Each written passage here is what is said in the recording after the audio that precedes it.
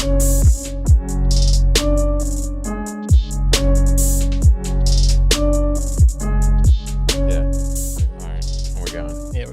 Prisoners podcast, Bucks County's #1 investigative journalists. It's official now. We have multiple people recognizing it across Bucks County. We are at our home, 86 West. This beautiful restaurant should be the home for all your events, date night, special company functions. The menu here is top-notch. The service is top-notch. They've got everything you need, multiple bars inside and outside. This episode will come out probably Christmas. You might be going to Christmas dinner right now listening to this podcast, so the holiday parties might be too late for you. But you got New Year's Eve, you got the future events. Valentine's Day. Valentine's Day is coming up. Get your Valentine's Day reservations in here now. This is the place to be. We've got a special guest tonight. She comes out and supports our events every month, which we greatly support. We've got Krista. I can't say it. It's such an easy. Think of Batman. Vigilante. Yeah. I knew I had it on my tongue, but we said it in so many different languages that I'm now like, I was all jammed up. I just froze. Yeah, it's all good. You predicted it would happen. So. Oh, no, it happens. I literally, before we start the podcast, I purposefully have the person be like, say your name to me, and then I just say it back. Yeah. But if we get into it's happened before where we kind of improv the name and then I'm just like, bleh.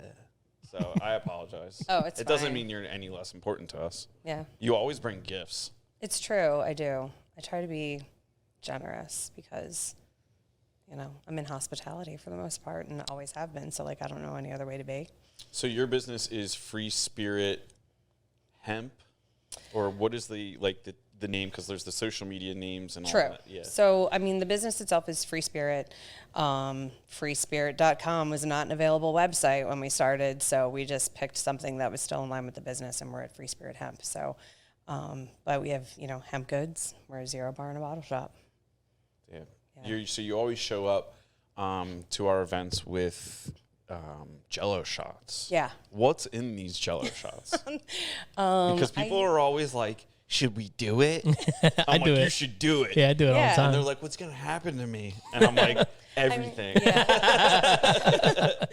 They're just, I don't know. I kind of mix it up sometimes, but I'm always making them with adaptogens. So we're always doing, I'll always put L-theanine in them, which is an adaptogen that's pulled from green tea. It's an extract from green tea. It's a thing in green tea that makes green tea awesome.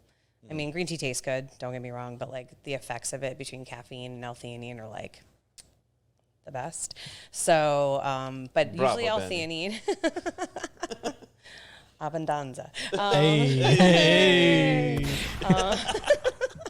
But it has, L-theanine's great. It lowers your body's cortisol levels. And so your cortisol is what spikes when you have stress or anxiety or you're having a panic attack and things like that.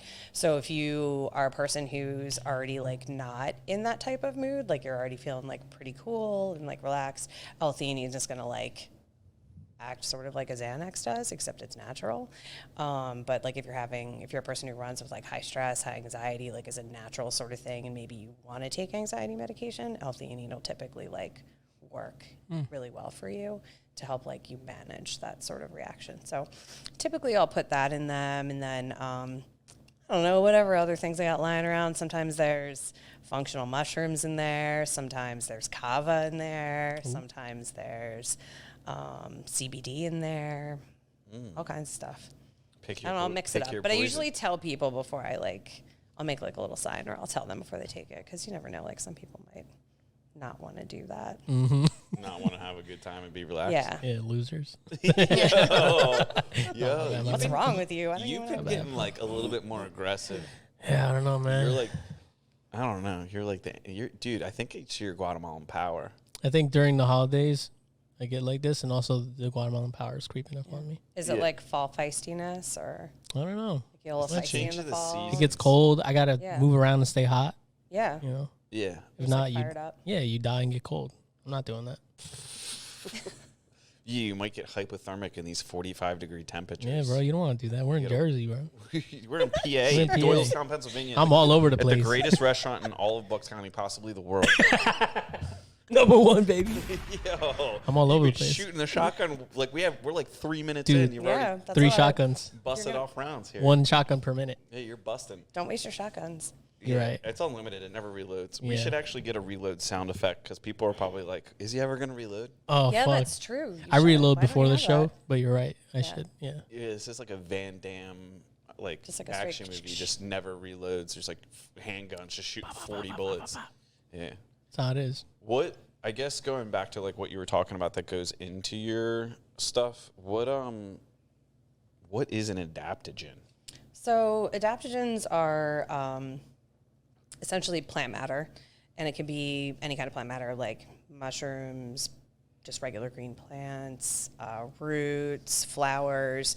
Adaptogens are present in like almost everything that we generally consume, but specifically what they do is they lower your body's response to stress and like the things that will be triggers and stressful for you. So adaptogens, although they might come from different places, they all pretty much do the same function? Not all of them. So like essentially an adaptogen is going to work with your body's natural chemistry, and like depending on how your brain functions or, you know, genetically how you're made up, different things will affect you different ways, but specific things will always do what they're supposed to do, like lemon balm, chamomile, L-theanine. These are all things that are designed to relax you. So like these are their adaptogenic effect is to bring you relaxation, bring you less stress.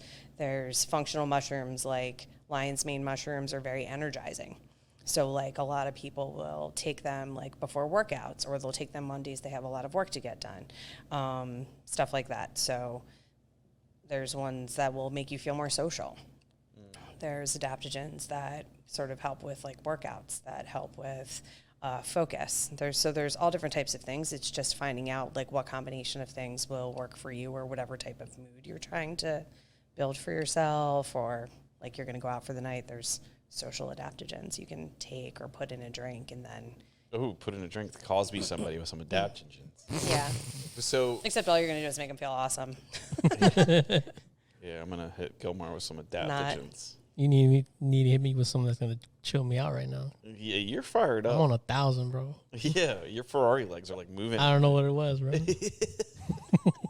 We recently the episode has come out because we pushed it out quick, but we have this theory. It's actually like I started it, that Guatemalans are secretly the Illuminati, and Gilmar's Guatemalan, Okay. so Gilmar's been getting slightly more disrespectful as the days go on because the power's starting to get to his head now that I've acknowledged him. Oh shit.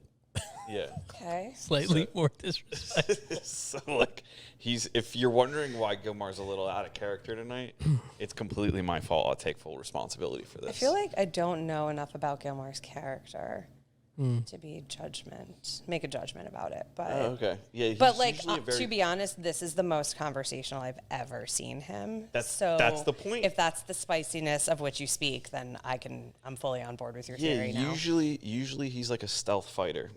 Yeah, he's He like really flies low key. in, comes and, in, he's listening into your conversations. He's like a spy plane. Yeah. Yeah. Yeah. It just says very little, but what he does is very insightful. But ever since like this one conversation where I acknowledged his true power, this is the new Gilmar. And the Holy shit. haircut. He got a celebrity hairstylist to cut his hair. Keep saying that. It was one lady in Philly. That's it. went all the way to You Philadelphia drove to get to a hair- major city to get a haircut. It was like 20 minutes away, 25 minutes mean, away. I don't know. Did you see her studio? Yeah, it was nice. Yeah. I mean, wait, she calls it a studio and not a salon? It's just her and I guess her business partner, and they cut hair out of this massive space. warehouse space. That's very nice. Yeah, it's very nice. I walked in and I couldn't believe it. Well, sounds like something a spicy person says. I mean, I'm used to Dominican barber shops. You just walk in, no one's paying attention to you. It takes you an hour to get a haircut because they're always on the phone. Sometimes their car's getting towed, so they run out to move it. So this was a nice experience. You know? Dude, at what like length does your hair get too long to Dude. get cut in the Dominican barbershop? I would say maybe 4 or 5 inches. Okay. Yeah. They're just out. They just don't know what to do. Probably not. They're like, do you come in and they're like, we do not cut girls' hair? No, they probably just buzz my shit. Yeah, we don't know how to cut girls' hair. Yeah, they'll do some shit like that. I've seen women walk in and get their eyebrows done in there too. So they do eyebrows at least. They do the brow shape up? Yeah, bro. Interesting. Yeah, very interesting. There's a whole other world. Yeah, there is, dude. Yeah, I don't know much about eyebrow shaping. I'm not an eyebrow shaped person. So I used to be on that train, but then, I've like never grew too much like toward the middle to have to worry about it. I've always been like pretty thin. Damn, lucky. Yeah. I mean, I don't know. Bushy eyebrows are like kind of in, aren't they? I don't know. I'm not trendy either. So who even knows? Maybe that was like 2 years ago that everybody got their eyebrows done. And I'm just like that far behind. But. Dude, I got pretty bushy eyebrows. And my brother listens to this. So true story. When we were kids, we would I mean, you've seen us. Like we're best friends, but like we'll brawl. And one time my brother tried to insult me and told me I had caterpillars for eyebrows. It really hit me right in the heart. Oh no. Yeah, my dad, we were with my dad like the one weekend or whatever, and he was just like, "Oh, you can go to the salon and get your eyebrows like shaped up." And I was like, "What?" Was it? And it wasn't like a polite suggestion. It was like, "You should do this." Yeah. Like, this is mixing. I'm like starting to dig up some trauma here. Damn. Yeah, that's like kind of how it came out. There was a slight undertone where it's like, you haven't grown into your eyebrows, kid. Let's do something about it. And I refused, and I'm glad I did. Get the adaptogens. I don't know if that will make your eyebrow hairs tamer, but yeah. But then see what happened was I grew up and got this beard. So now it balances out. Yeah, so I think if I shaved the beard, the eyebrows would be like, whoa, in your face. I get it. Yeah. Yeah, because this all makes sense. Yeah. But you're right. If one thing kind of goes, something else might need to. Yeah. And there's no adaptogens to fix this. No, but I was saying adaptogens in terms of, you said trauma was coming back up. Let's calm them down. You know what I mean? Yeah. Let's do it. Yeah. What do people come to you for? Like, do you have like a client base that's like a majority, or do you have people like from all walks of life, or do you have people that have like, hey, come in, like I have childhood trauma, like give me some gummies? Oh, like, what's your clientele look like? It's really diverse. Like, I honestly am always really surprised by the type of people that come in. Like, we have like a really big window in the front of the shop so we can like see everybody walking up, which is kind of fun all day long. But it's interesting because like I'll sometimes see somebody and I'll be like, oh, that person is going to come in here, but they really have no idea what they're getting into. Like somebody told them to come here, but they're confused or whatever.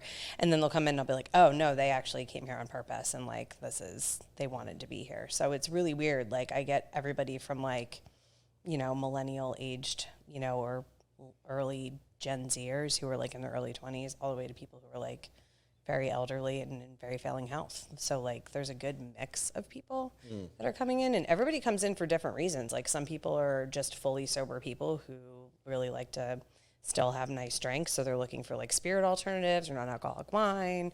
A lot of pregnant people. So we get a lot of pregnant people who want things. We get... Yeah, because drinking with babies is just not that cool anymore. Yeah, it's not the thing. It was cool Pretty when I much. was born. Was it? Yep. And smoking. And smoking was a big thing. Yeah. Yeah, you weren't a good mom unless you smoked. Or maybe not as functional a mother if you didn't smoke.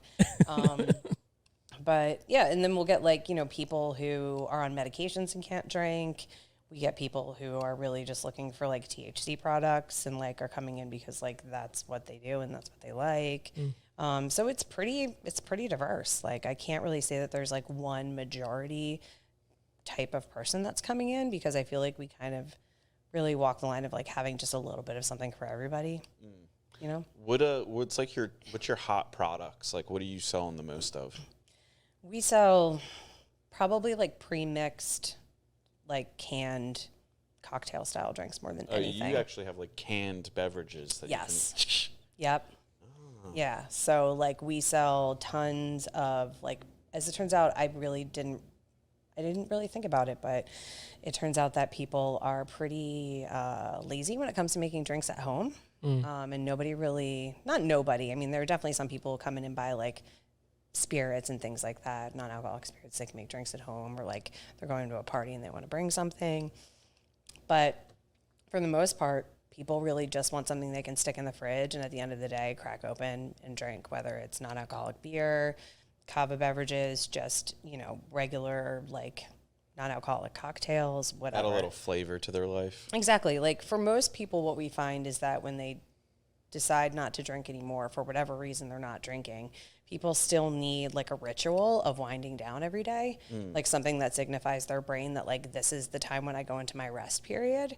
And so for a lot of people, that is a drink, or it's like, you know, like some people, like every night before I go to bed, I wash my face. And like, now my brain knows that I'm going to do this next and this next and this next. These are all the parts of my routine. I didn't think you were going to say wash your face. I thought you were going to say bong rip. Yeah. I don't know why.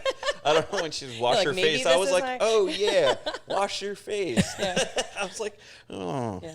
So like a lot of people just have, you know, a very like consistent routine of like what they do before they, you know, decide that they're not doing anything else for the rest of the day. And that could be like you're sitting in front of the TV or like you're going to bed or whatever that looks like for you.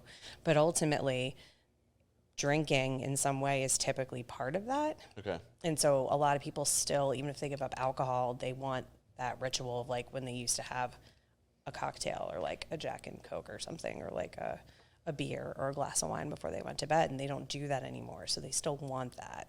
And it's a pretty significant thing because it does trigger you to get into that restful state of mind. Yeah. Is that like a mental thing, or is it? Absolutely. Yeah. Yeah. Interesting. What your store, I guess, I mean, we'll look 5, 10, 15 years down the road, and there'll probably be a lot more of these type of businesses. Yeah. But what made you like get into this field, or like what were you doing before that kind of just led to this the Free Spirit brand? So I've always worked in restaurants and bars, like my whole adult life, pretty much. Like probably much to my parents' dismay. Like I spent a lot of money going to college, and then was like, I'm just gonna work in a restaurant instead. And they're like, oh no, you know. But I did really well with it, you know, and ended up like running restaurants and you know, writing, you know, bar menus, wine lists, you know, hiring entire staffs, opening up brand new places for people. So like my entire career is in hospitality, and it's like what I do. But I want to say close to 5 years ago, I significantly stopped drinking, like stopped drinking the amount that I had been drinking. Up to that point, I'd probably been drinking too much.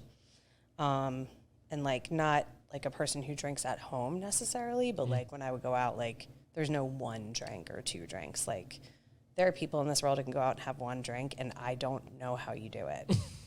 You have all of the drinks. I don't have all of them till like I wasn't the type of person who would, when I did drink all of the drinks like till I would pass out or be embarrassing, but I would always definitely drink to a point where I was drunk, without a doubt. Like that was definitely what I would do. And I might not drink for a month or 2 months or whatever, but like when I did go out, I was definitely drinking until I was drunk and like too intoxicated to drive home, or definitely made a new best friend, like all of those types of things. Like I remember like, you know, getting text messages the next day, and I would say to my husband, like, why is this person trying to plan a camping trip with me? And he would be like, oh, didn't you know? That's your new best friend. And I would be like, I don't even know who this is. And he'd be like, oh, you were talking to them for an hour and you guys have tons in common. Like he would laugh at me, but like that was the type of, you know, drinking I would do. It's cool that he was a good sport about it. Oh yeah. I mean, like I was never a angry, you know, drunk. I was never a crying drunk. I was never a like get myself into trouble kind of drunk, but like I was like, hey, like we're gonna make a lot of new best friends tonight drunk. Okay. And I was never particularly loud or like, you know, rounding everybody up in the bar, like pretty low key, but like definitely way more friendly, way more like into humanity than the sober version of me probably is. And so like, and you know, like I would just like to have a good time. And so like if we were going out and I was gonna be drinking, like we were definitely gonna have a good time. Like there's no getting around it. Like it was gonna be fun, and I was gonna make sure it was fun. So you drank for sport? Yeah, definitely.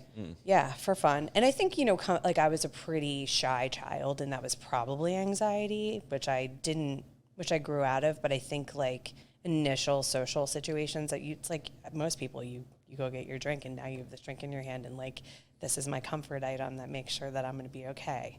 Right. And you have that drink and you walk around and it does make you feel looser and it does drop some of those inhibitions and like those things are really nice. But it's like, you only really get that from drink 1 or 2, and then all the ones after that are like the danger zone.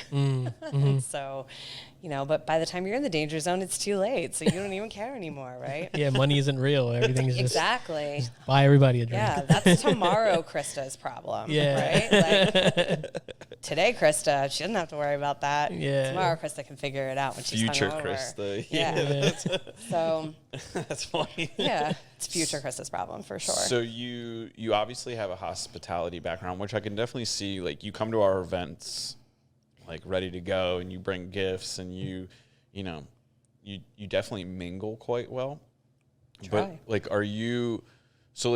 you kind of decided to leave that field consciously? And Yeah, did you come up with this idea like very quickly, or was this something that happened, it was like a burning desire? I don't think it was definitely not a burning desire. I mean, like I said, I didn't stop fully drinking until just a little over a year ago. But like the 4 years preceding that, it was one of those things where like I was only having a drink when I was at a celebratory occasion. And like I wasn't drinking to get drunk. I kind of like had made myself this promise after like waking up grotesquely hungover. And I was like, I'm just not going to be drinking like this ever again. Like, there's just absolutely no reason. And I turned myself into a person who could have just one. And it was also like, I'm in my 40s. And like, hangovers in your 40s, like, I would just pray to die. Like, it was the worst feeling in the world. Like, your body chemistry's changing, your hormones are all over the place. Like, it's rough. Yeah. And so, like, I just didn't want to ever feel like that. And I didn't drink consistently enough that it should have been a problem. It was really just the moments when I did drink that it was, not attractive for me. So I was like, only on birthdays, special occasions, like those types of things. And like, I don't have a lot of friends, so that wasn't too hard. I was like, okay, I can just drink 3 or 4 times a year. And then like last year, in October, I was like at a friend's birthday, and we were doing like a champagne toast or something to them. And I like took one sip and I was like, I don't even want this. This is like, and I hadn't been drinking the whole night anyway. Like I had already just been drinking club soda and stuff like that. And I was just like, I'm like, this is it. This is the last time I ever do this. And I was like, not grossed out. It wasn't like a big like revelation. I was just like, I don't need it. This is dumb. Like there's so many other like better things to be doing. Like, what am I going to do? Have like 3 of these? And then now it's like 3 o'clock in the morning and I'm like, what are we doing next? like, what? I'm in my mid-40s. This is the dumbest thing ever. Like, who cares? I already drank all the drinks. You know what I mean? Like, I already did all that stuff. Like, my husband likes to quote, who said it? Like Eddie Van Halen or David Lee Roth or one of them. Somebody in Van Halen said once, everybody's born with a bottle and you can drink it all at once or you can spread it out over your whole life. My husband always goes, you drank your bottle all at once. So I drank my bottle all at once. And like, I did it at a time when I was young and I could recuperate from it. But like, now I can't. So I'm just kind of done. Yeah, I was talking to someone at jiu-jitsu the other day about like a young lad, and I was like, "Look, bro, like I'm 35." He was like, "Oh, you don't drink?" And I was like, "I wouldn't say I don't drink. I just like usually don't drink." Yeah. And he was like, "Why are you just like?" He said the P word. He called me a pussy. Oh no. Yeah. Inappropriate. Yeah. Pussies are so tough. I was like, "Yeah, that's true. They are. It is the true." beatings those things take. Oh yeah. Yeah, that's a good point. Yeah, They that's should true. be calling people testicles. That's all true. I'm saying. That's true. Yeah, because if you think about it, you get hit in the nuts, like you're done. You're done. It's over. Yeah. You need a timeout. Yeah, you're a ball sack. That's what I'm saying. I'm gonna bring that up on Friday Yeah. at our meeting. Show him up, dude. Yeah, You let him know. I hope that whatever the meeting is, HR is not present, or they are fully present. If we're going to talk about testicles. Yeah, no, it's called tappy hour. Yeah. Oh, We go okay. in there and choke each other. Some of us don't get choked, and some people get choked more. Oh, So it's like someone's gonna get choked. yeah. But we were talking about drinking, and I was like explaining how when you get, I don't know what age, because I drank a lot like in my 20s. And when I met Miss Ariel, my wife, like we were drinking, she like looks back on it, she goes, I don't know how I kept up with you guys, because like we would drink like Wednesday through Sunday. Yeah. Like, and not like drink, like we were partying. Yeah. And she's And- like not a large person. No. So like on her small frame, that's Yeah. gotta be rough. Yeah, and that's where her alter ego Razor was born. Oh my God. Because she would get like blacked out and just like kidding that she's a feisty little person. Yeah. So she'd be like screaming at me at like a cheesesteak place or something like that. And we would all just stand there like grinning at her, be like, whoa, you're out of hand. What happened here? What did we do? Yep. And be like, I have no idea. This is completely out of control. Damn. I'm at fault here, but I don't know why. Yeah. And I was like explaining like the alcohol it like still does the same thing, but when you wake up and like if you drink on Saturday, you still feel like shit on like Monday. Yeah. And that's like only like 3 or 4 beers. Yeah. It doesn't even take that much. So over the course of time, I kind of just like, I would be like, It's just not worth it. am I going to just hate myself for the next 3 days for no reason? And it took me a long time to realize, because like I would wake up like kind of depressed and I'd be like, why do I feel like complete shit? And then I stopped drinking for a period of time for just no real reason. And then I had like a beer. And then the next day I felt like that way again. And I was like, wait a minute. And I had this like mini revelation. I was like, is this the alcohol doing this to me? Sure Like is. it didn't used to do this to me. And maybe it was. And I just was firing on all cylinders that like it just didn't. It's didn't different when become you're apparent. younger. Like, I don't think I really had my first hangover until my 29th birthday. Okay. Like, before then, I had just been, like, dehydrated and a little groggy. And then, like, I remember the day after my 29th birthday party, I woke up and I was like, oh, my God, I think I'm going to die. And, like, my husband, you know, who's older than me, like we talked about earlier, like, he was like, yeah, so this is a hangover. He, And I was comes like, and and I greets was you like, with is a cane. this? I was like, is this really like, is this what you felt like all those times? But I like just chugged a bunch of water before bed and like took a multivitamin, but like you felt like this. And he was like, yeah, like this is a hangover. Like this is what they feel like, and like they just don't get any better. Like the more you age, and I was like, oh God. What makes you think about things like my parents definitely threw back the drinks. Yeah. And I had not friends, I would say mentors, older individuals growing up, like even like grandparent age, that drank. Yeah. Like I had this guy in my life, Richie, who had diabetes, and he, this guy taught us a lot as kids, but he was just an alcoholic, and we knew With diabetes? Yeah. Was he trying to kill himself? No, so he God. he would drink and then go to dialysis, and he's like, yeah, you go in there and you just come out feeling great. Yeah, because And they we'd just be like- they just cleaned your blood. And me and my brother would be sitting there and be like, what is dialysis? He's like, they pump the blood out of you into this machine, they pump it back in, and we're like, I don't think you're supposed to be drinking, Richie. And he's like, yeah, but the nurses are good looking. Oh. And we're like, what the hell? Nice. Yeah, he ended up, R.I.P. Dang. But it's like characters like that you look at and you're like, huh. And then you grow up and you're like, that guy could have been a professional athlete Yeah. if he didn't drink. Because like you got to think about it, when you're like 60 something years old, still drinking that much. Yeah, like what could you have been? Because And then- clearly your body's a force. Yeah, you're a tank. Yeah. Yeah, you built different. Yeah. So you just like, you have those experiences, but I was unfortunate, but fortunate to grow up around a lot of, situations involving alcohol that just kind of like, I was always very like, I want to say like aware of what it could do. So even though I was like, we were partying pretty hard, it was always in the back of my mind. I'm like, this could get out of hand if it like goes to another couple more level. If we turn this volume up, keep turning this up, it's gonna go to another level. That's just not good.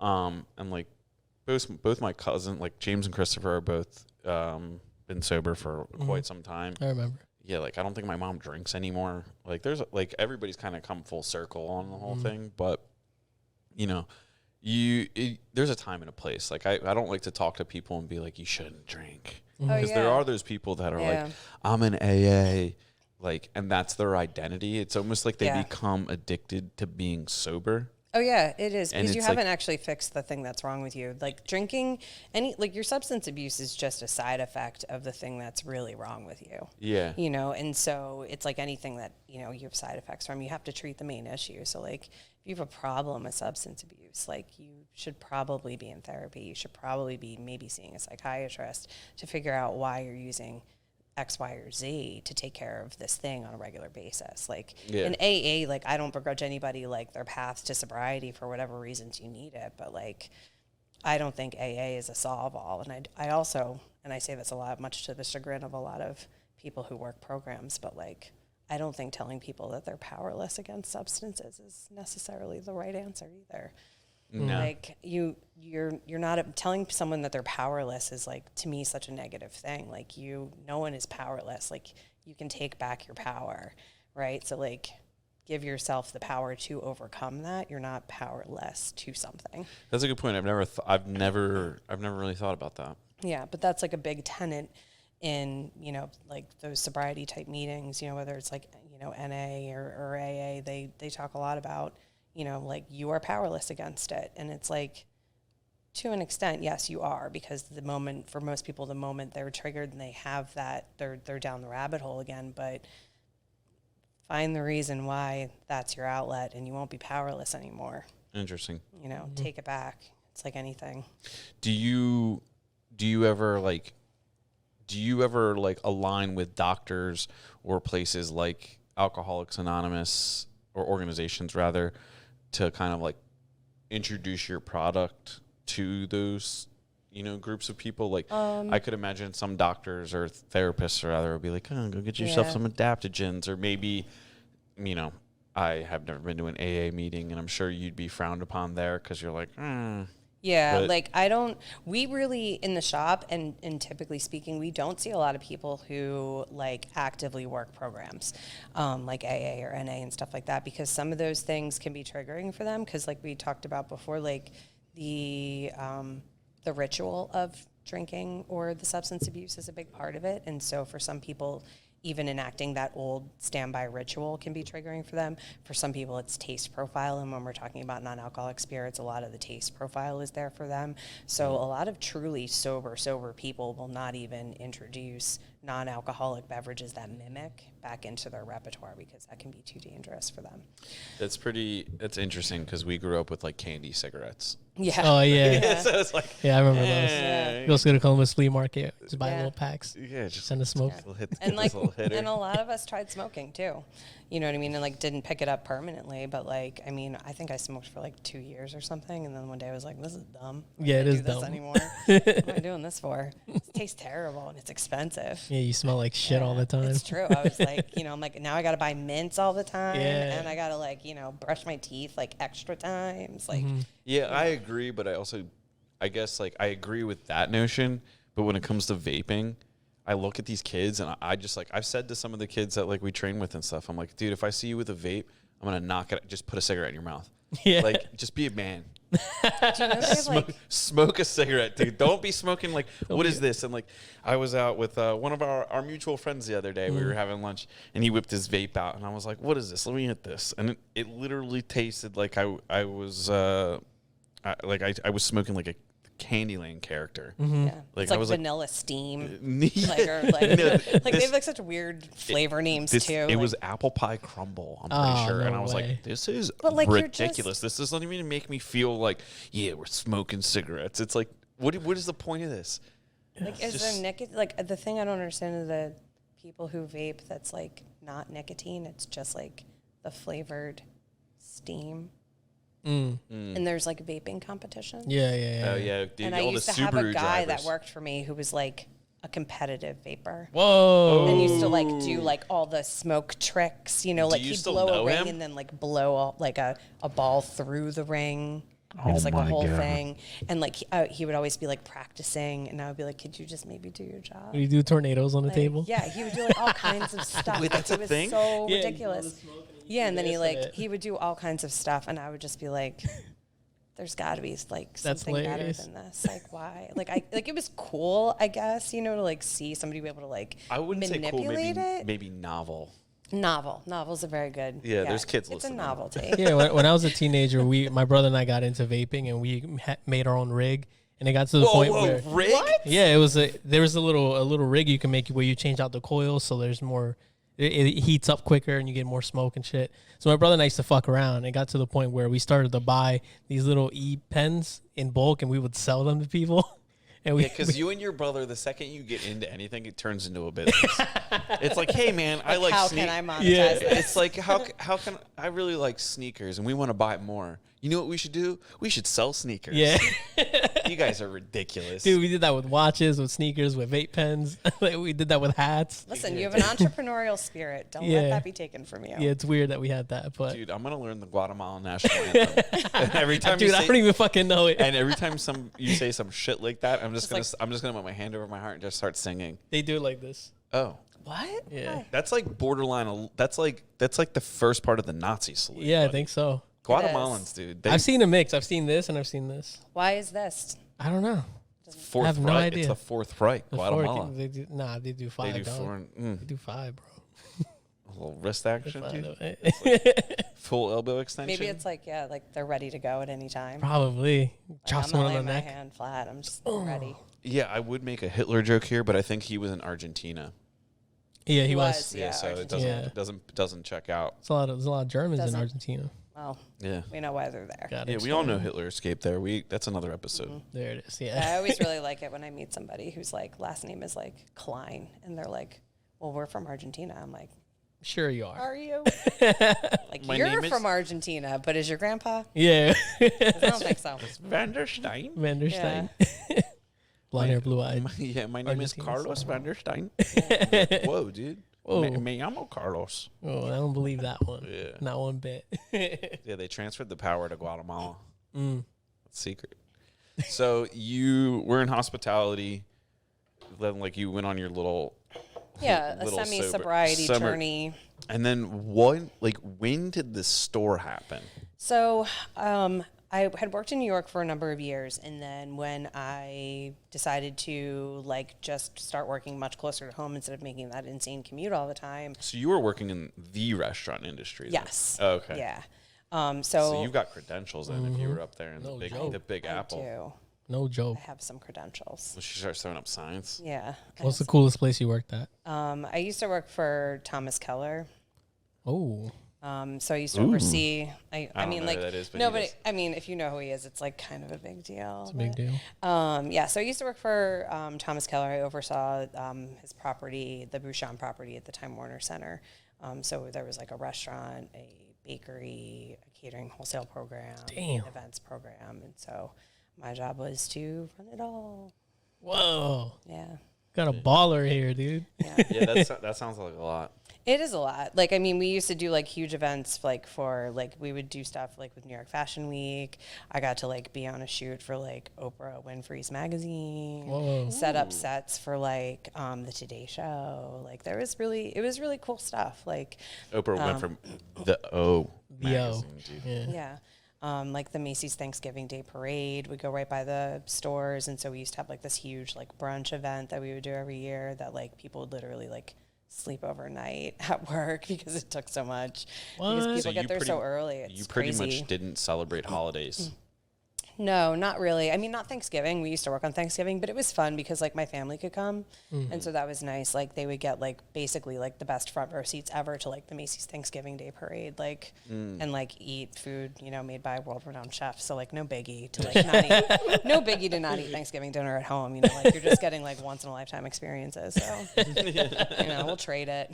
Damn. But yeah, so like I did that and it was great. Like I learned so much. Like, you go into jobs like that and you're like, oh, I know a lot. And that's why they're hiring me because like I'm good at stuff. And then you get there and you're like, I know absolutely nothing as it turns out. And like I have to pay attention to everything these masterful people do and like learn what they do. So it was great because it afforded me the opportunity after doing that for several years to like come back here and like be able to utilize that for other people. So when I came back, I started consulting for myself and like helping people basically open up their dream businesses, like things that felt really important to them. And I knew how to do that at that point because I had opened up restaurants and opened up, fast casual places, opened up all kinds of things. So, just helped people do that. And after, I don't know, I guess about 4 years of making rich people richer, which, is nice. It's nice when people like want to open up things, but like, it's also really hard, I think, when the kids got to eat, Exactly. But it's also like, it's hard when you are a restaurant professional and like a rich person is opening up a restaurant for fun. Which a lot of wealthy people do. They like to open up a restaurant because like people think because they eat food, they know how to manage food businesses. And I always sort of make an analogy like we know so many people like that. I can do math really quickly in my head, but like I'm not gonna like be your accountant and I'm not gonna be my own accountant because like I'm gonna trust that to somebody who knows like the laws and the rules and those kinds of things, right? Yeah, it always seems like we meet these people and some of them might listen. So we love you people, but sometimes when you sell pharmaceuticals and things like that, that doesn't mean you can like sell food. Exactly. Or open. But on the off side of that, like some of the people that I know from like other worlds, like they come and they know they can put a team together and they go hands off on the restaurant. Yeah, which is the best thing you can do, honestly. So I've also seen people that, wanted to go down that journey that I was like, this is dumb, but it's, your life, like whatever. Yeah. And they end up getting, a lot of a different type of success because they know like, hey, like I need to trust the chef or I know how to put the team together. I don't know how to do this. So, there are people that, go against the grain and make it work. But for the majority of people that I've seen go from like one business to restaurants, it usually doesn't work out. And when we were growing up, even the people that we knew that owned restaurants, they'd be like, kid, never own a restaurant. Yeah. Never own a bar, never do any of this. Yeah. And like, so I've kind of always grown up in the back of my mind. Like there's always been businesses that I've like gotten involved with or wanted to get involved with, but always like, there's always that like restaurant that I'm like, nope. Yeah. And like, I don't know if that's wrong, but it is scary opening up that kind of business. I generally will tell people like, unless you have like at least $2 million that you're very willing to like just throw in the trash, then just don't open a restaurant. Because like you're probably not going to recuperate anything close to that for like 10 years. Like you're just not going to get back your investment. And if owning that business and having a restaurant and a place you can go to hang out with your friends or your family or like, and you have this thing that's like really fun and nice, like that's cool. Like you can have that. But they're really expensive to build. And they're really, even if you're in a rental space and you're not buying your own building, like they're really, really expensive. Well, you have to buy all the equipment. You have to build it, the business. Just to build out a kitchen is going to cost you, I don't know, $300,000. Oh yeah. And then you have to like staff the place. Staffing is a nightmare. Yeah. Like I'll just be really frank about it. Like staffing a restaurant in today's economy is pretty much like the worst. 10 years ago, totally fine. Currently, not at all. So that's why quick serve restaurants are like huge. They're really, really growing and like, cause they're easier to run. They're easier to operate. And what's a quick serve restaurant? Like a place like a Panera Bread or a Chipotle. They're Okay. quick serve restaurants. Like places where you go in and you're still getting your food made to order, but like you can take it away or you can Fast like casual. nobody's. Is Holy Q? Is that different? Yeah, no, quick serve and fast casual are pretty much the same. Yeah. Oh. Is Holy Q quick serve or fast casual then? That is. It's a Yeah. quick serve. It's a quick Yeah. serve or a fast casual place. Interesting. Yeah. So you came back and then you spent some time helping other people set up their businesses. Yeah. And then like through that period of time, did you realize like one day you're like, why am I not just doing this for myself?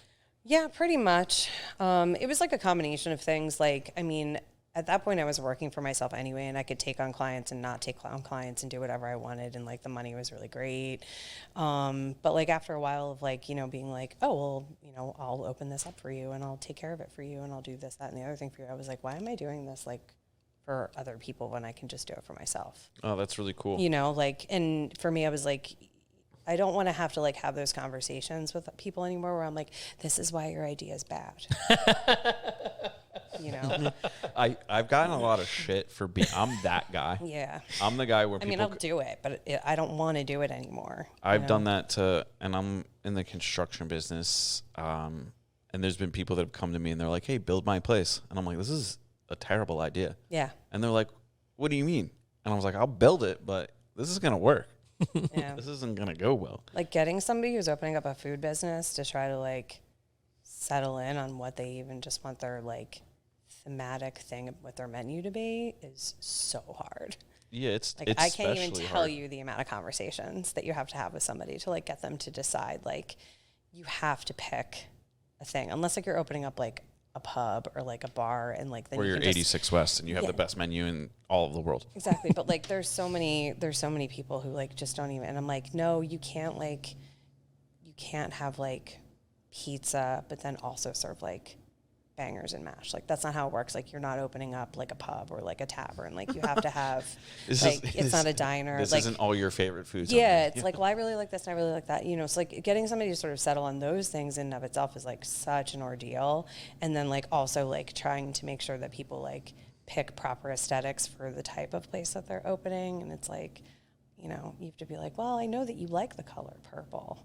But like it's not really for the type of business. Like it's not really an Italian restaurant color. Like I don't, you know, like there's just a lot of things that, like you have to have those conversations. And I was like, wouldn't it just be awesome if like I didn't do that anymore? Yeah. And so I don't, which is great. But yeah, so part of it was just like wanting to do something for myself that was like really my own. And the other part of it was like I got really, really, really tired of drinking club soda. Pretty much.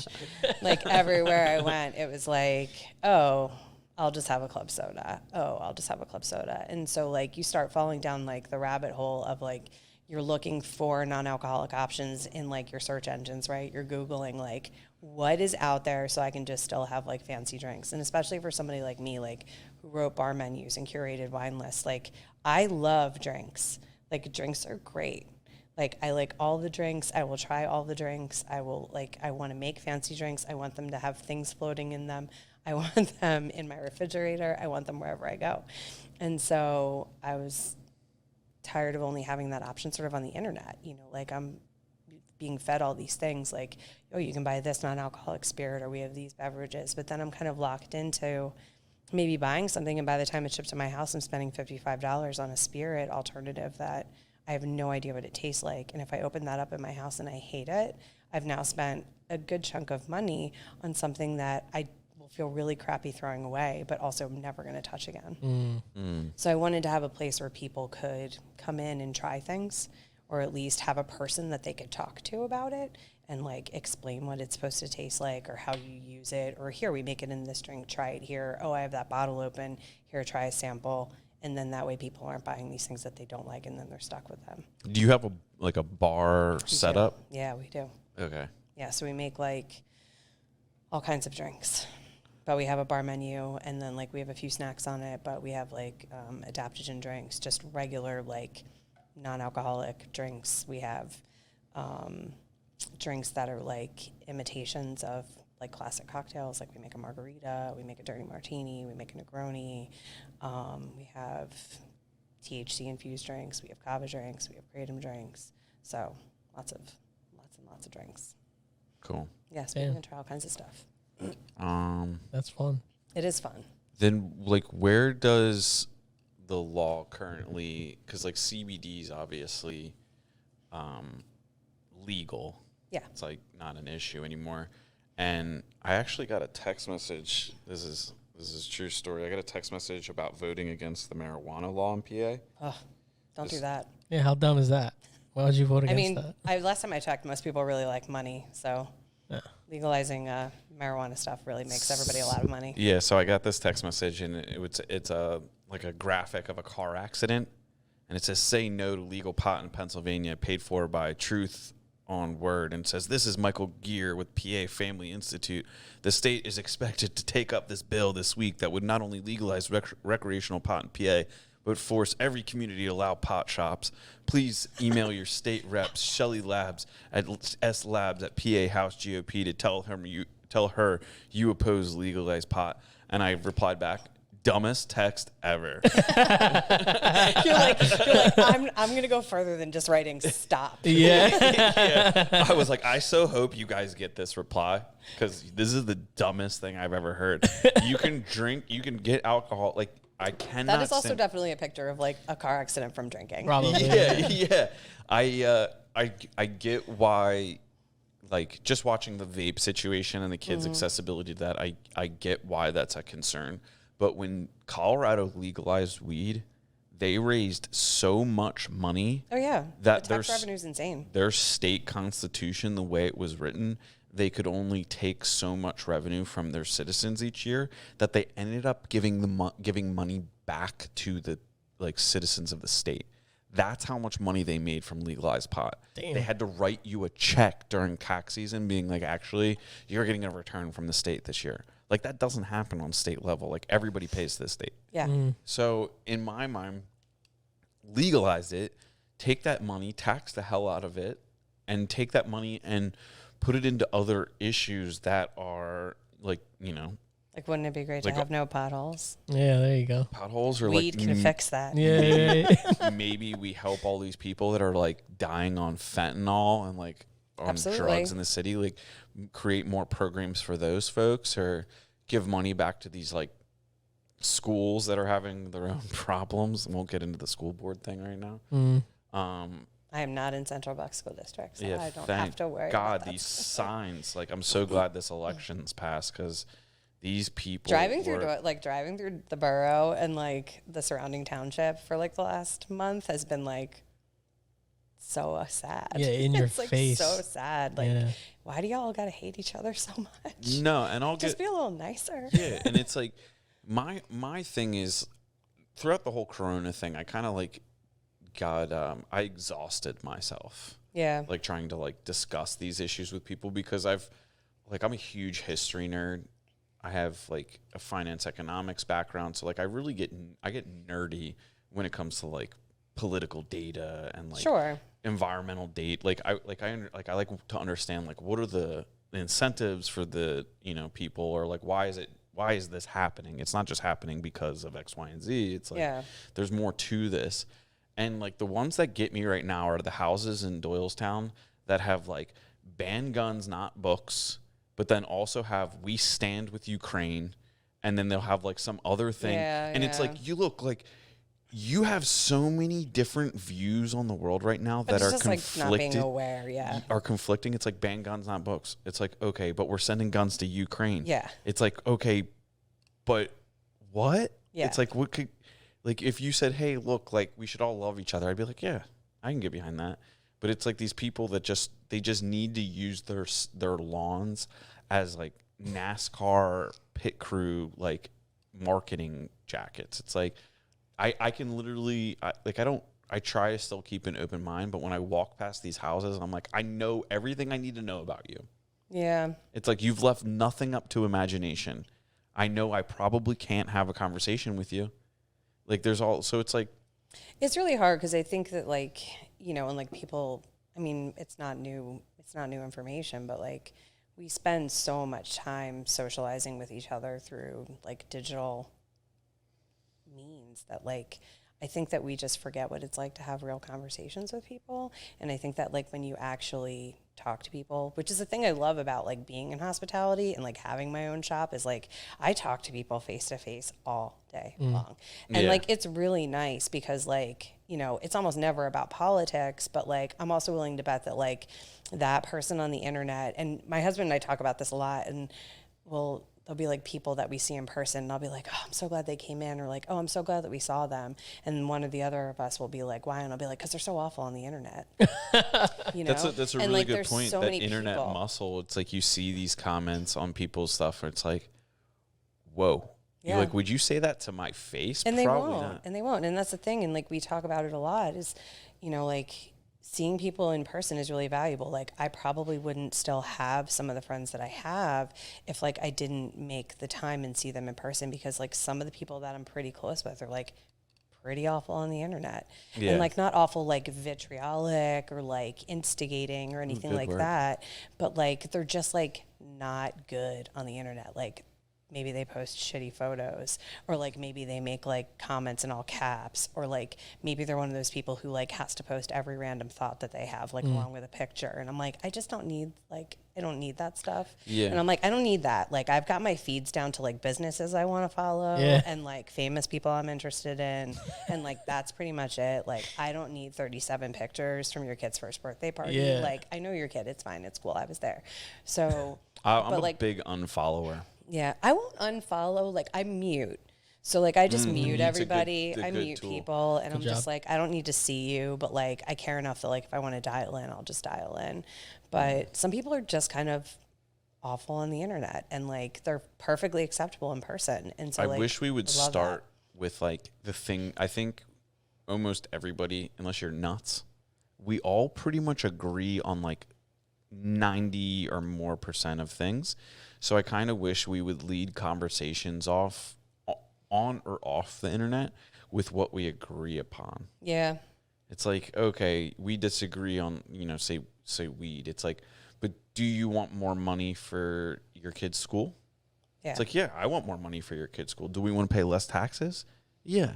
Okay, so like, how do we do that? Like, is this a conversation? And at the end of it, we can still disagree.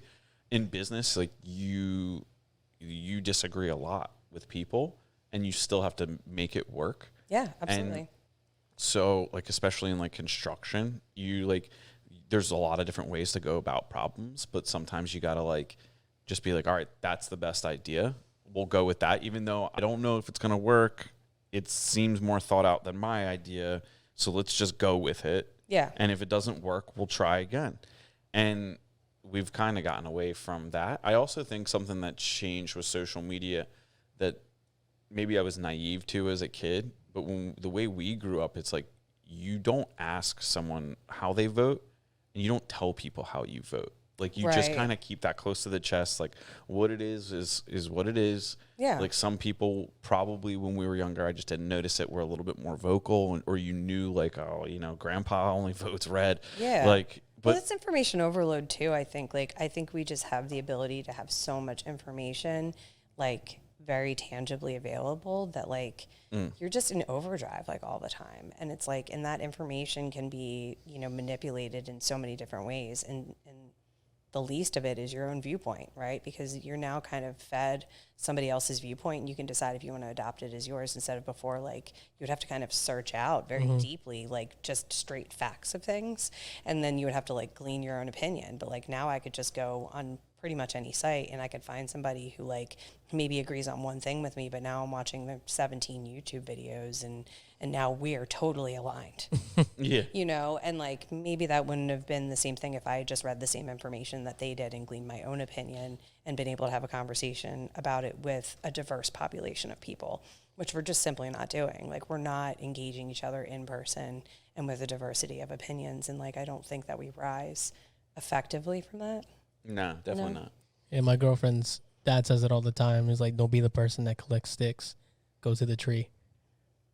Some people just pick up little things they see here and there. Yeah. And they never really get to the root of where it's coming exactly. from. Perfect example of this. Yeah. Some older gentleman in my world post some shit about Pat Steaks.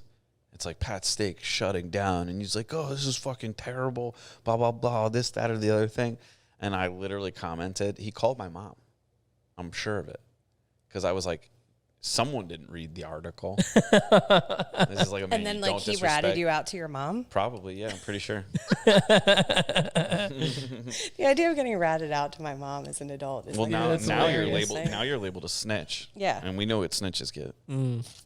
Switch them up, maybe. Yeah, not- adaptogens. It's not rewards. That But is for sure. but Pat Steaks isn't closing down; they're remodeling. So, Yeah. and they now have a satellite location. So there's absolutely no shutdown.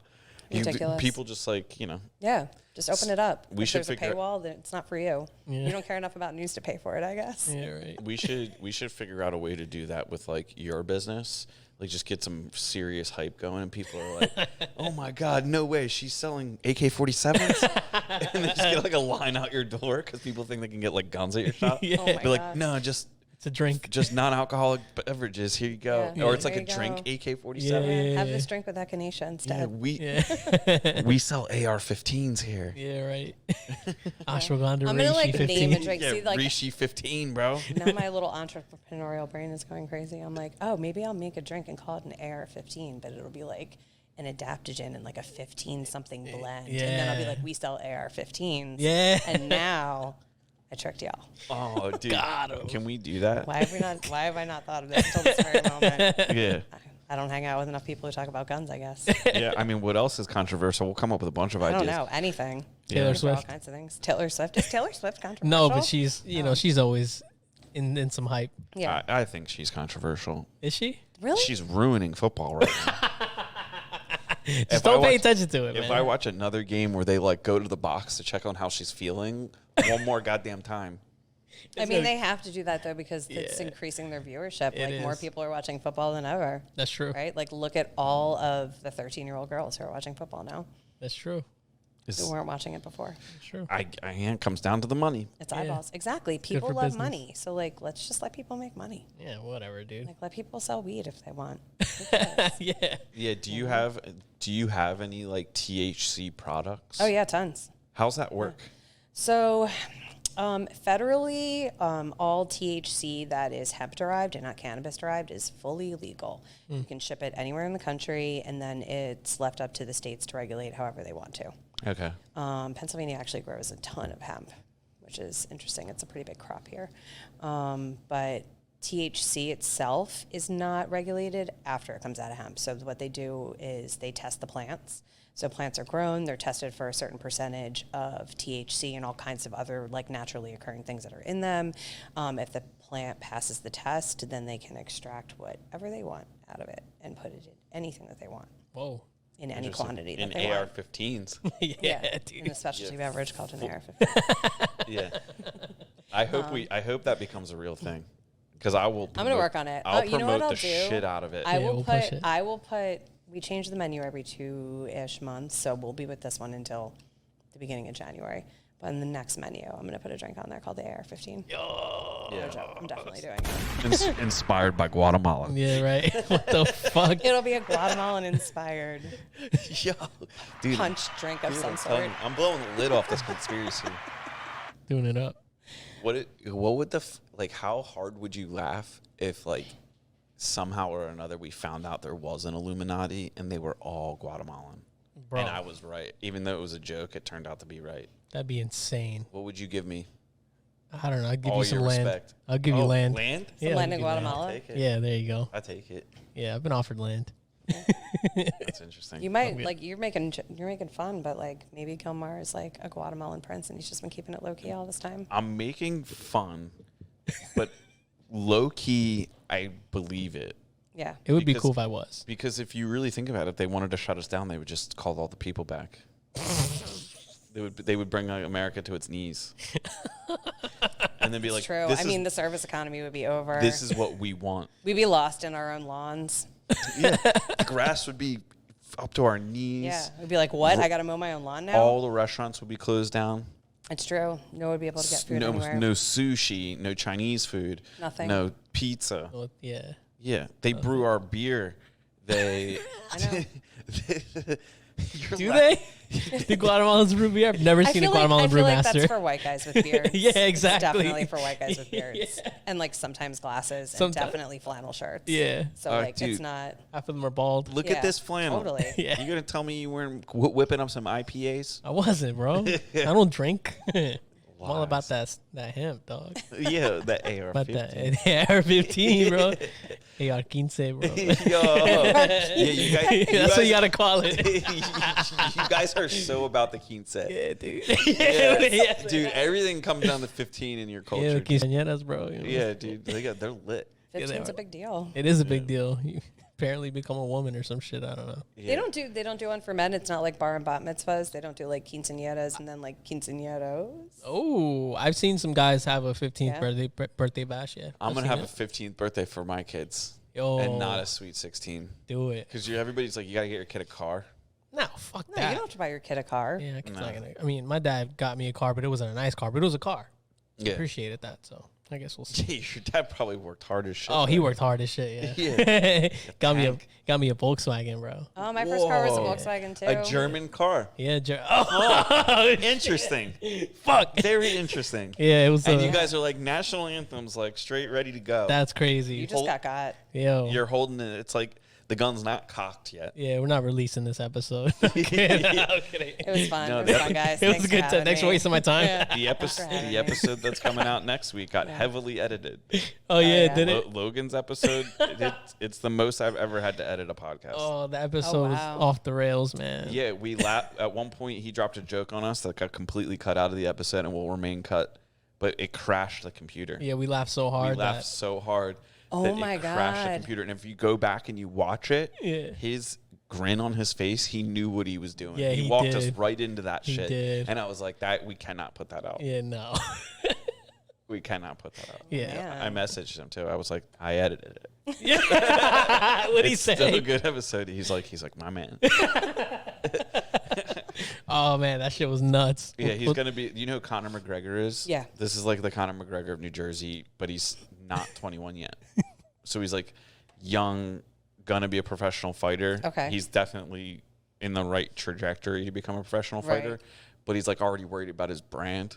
Yeah, It's fucking great. he's got a chest tattoo. He's got a chest tattoo that completely revolves around his brand. Yeah, He's like, I'm not getting any more tattoos. It's all about this. yeah. Oh my god. shit Yeah, is it's crazy. hilarious how much he's thought about it, and I respect it. He's gonna make a lot of money someday. It's a huge I chest mean, piece. I wish that like personal branding had been a thing when I was a teenager. Yeah. Like I'm way past like. What would you know, your like, brand have been? My personal brand would have been like, please leave me alone. Are you looking at me? Please stop. Oh, like that would've would banged. have been that. Like my personal brand as like a younger person was like, how do I disappear Yeah, as quickly as possible?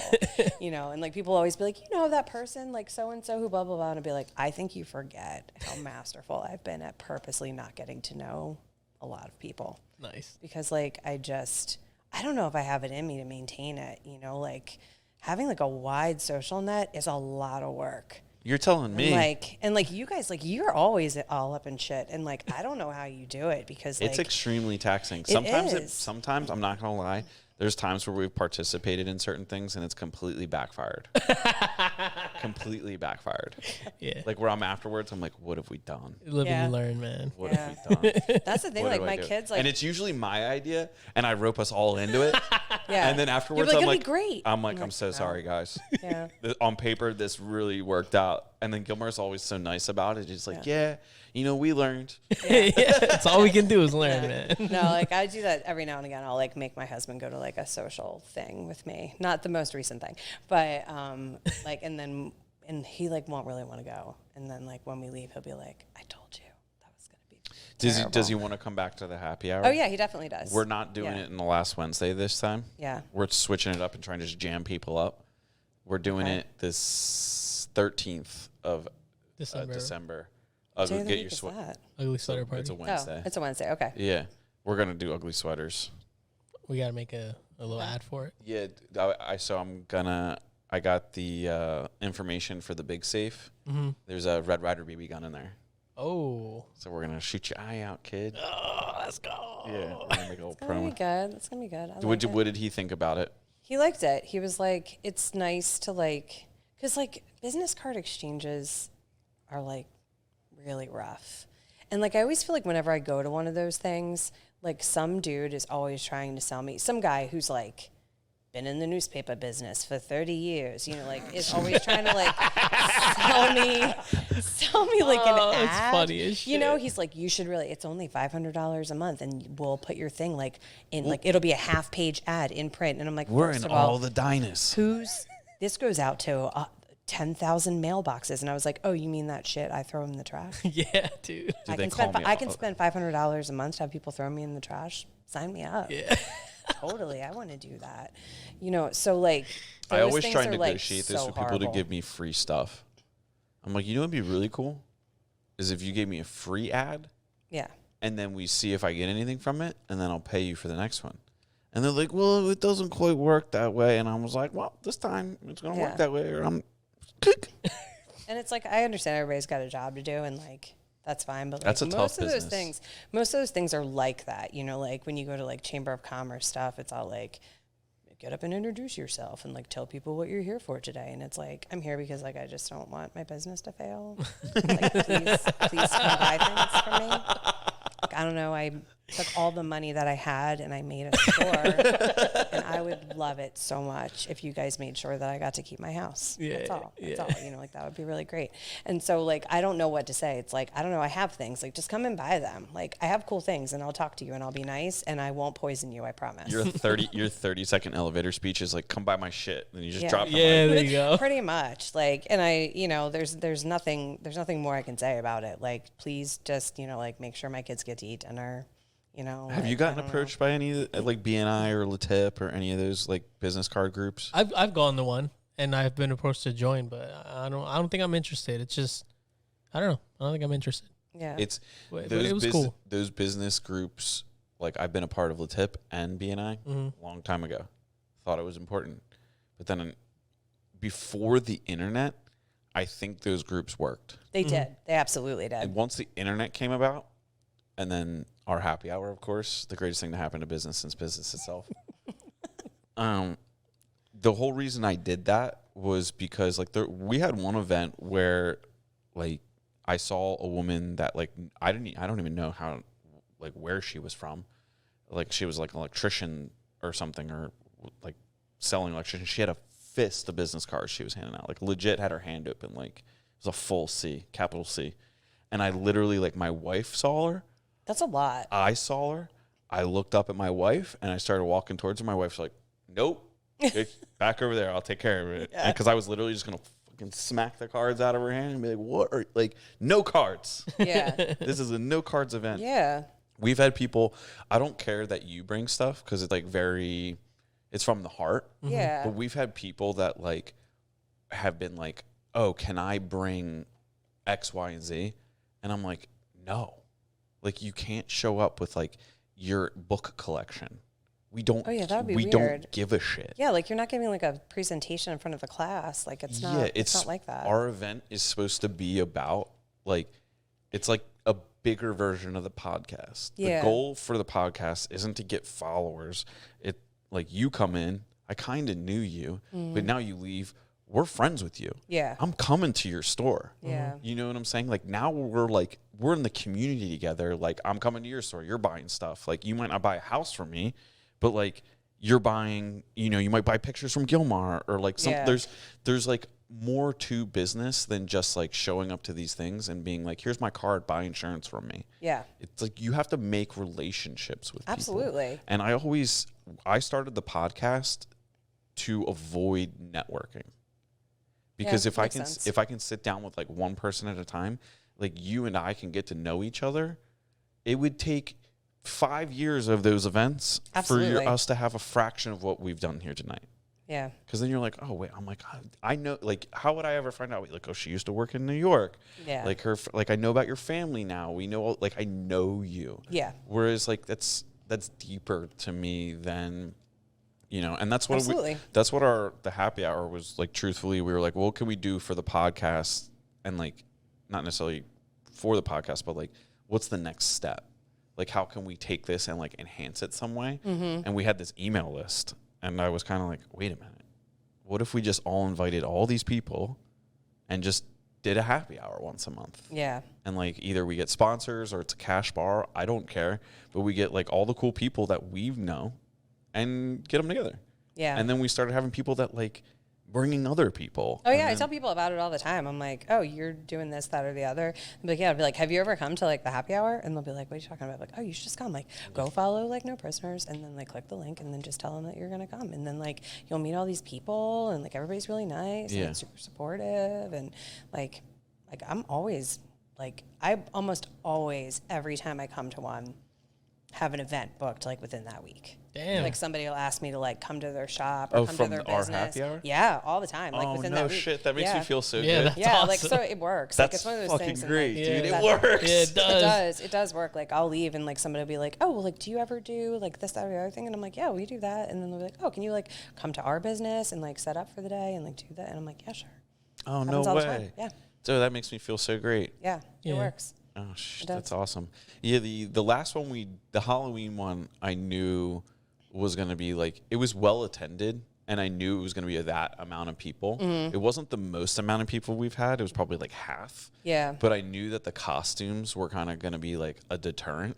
Yeah. I can't- Because, like, you don't really know. Like, in a costume, I don't look like my normal self, clearly. So, like, the next time I might end up talking to somebody that I talked to that was in a costume, and we might be like, have we done this before? But, like, maybe you were wearing a wig and, like, you had a mask on. Like, I don't, you know. Yeah, but it was cool to raise money for something. Yeah. So, like, this morning I was driving, and I was kind of like, we'll probably do a cash bar for the next one and just kind of, like, just wing it so we don't have to do all that, like, work with, like, sponsors.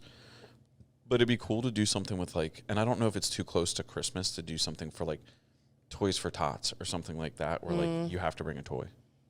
Well, I mean, you could always, like, reach out to an organization that takes, like, donations like that. Like, there's, you know, like a woman's place. Like, they do a lot of stuff. Like, you can always just, like, donate new things to them. And they're local. That was the And so, like, local organization- organizations, like, are usually easier to get in touch. Like, Toys for Tots is, like, a huge, like, national organization. So, Yeah. like, usually I find that, like, if you're going to do something that close, it's better to, like, do That's something a good like, idea. close by.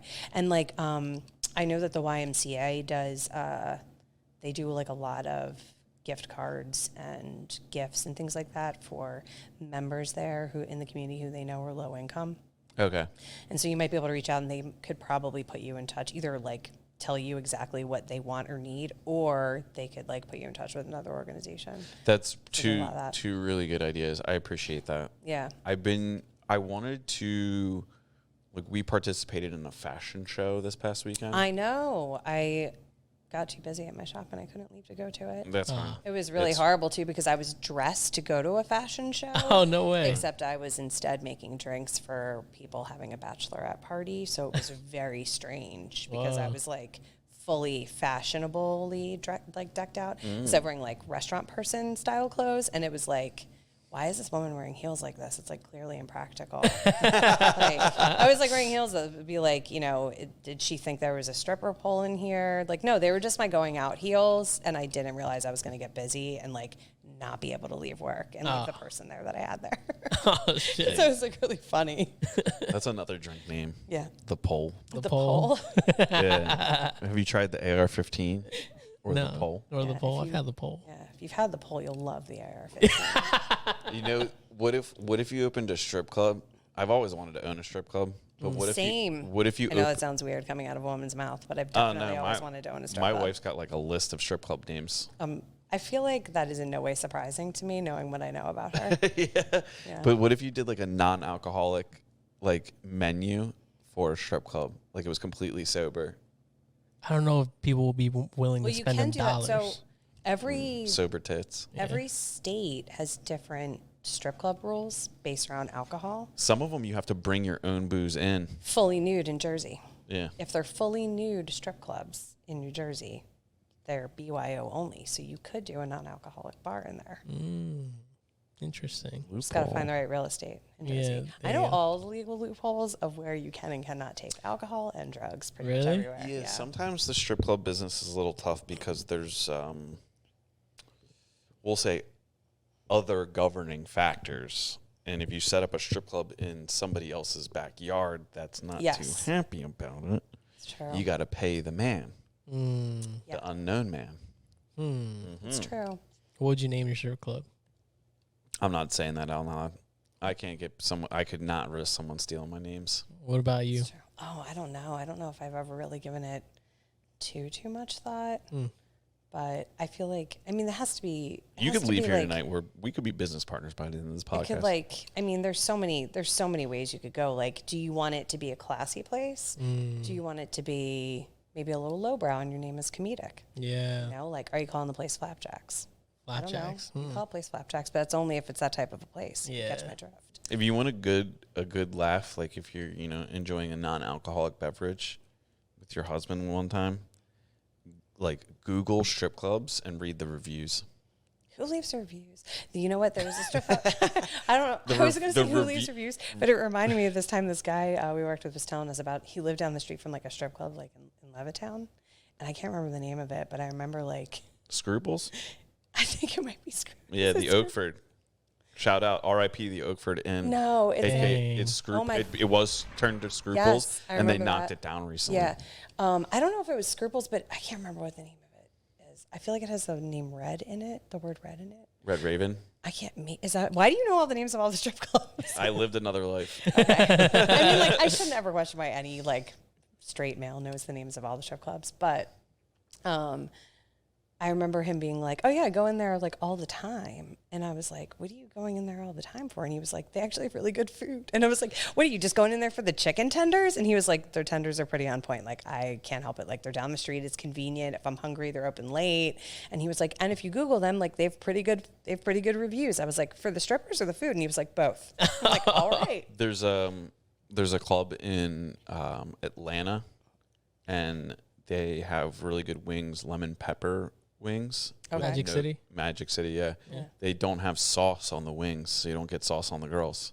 But the wings are now just as known as the club. Wow. Yeah, because of like Rick Ross and all the rappers. They wanted to be able to like, I think Rick Ross was actually behind the wing. Probably. Yeah, they like created the wings so that they could have wings in the club. And Rick Ross owns a lot of wing stops. Yeah, Pretty I'm pretty sure that's how it happened. I couldn't make that part up, okay. but Magic City has wings. Yeah, like doesn't like Spearmint Rhino have like nice food? I've never been to Spearmint Rhino, but like they have like steaks and stuff. Like it's like nice. Like you sit and it's like you wear a suit. Yeah, Spearmint Rhino, right? Yeah. What did I just call it? I don't know. Something else. Spearmint? Yeah, Spearmint Rhino.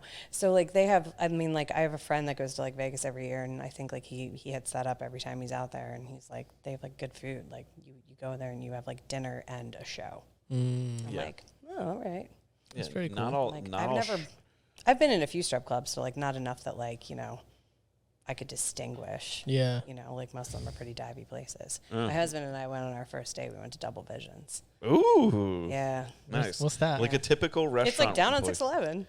Double Visions. Double Visions. What that is. We were like waiting for a movie. We were supposed to go into the movies, and like it was one of those things where we're like, well, we'll just go see a movie. Like, I don't know. It was like 20 years ago. And so we showed up and we were like, oh, the movie we want to see doesn't start for like an hour. So like, what do you want to do? And I was like, we should probably just go over to Double Visions. And he was like, are you serious? And I was like, I mean, what else are we going to do?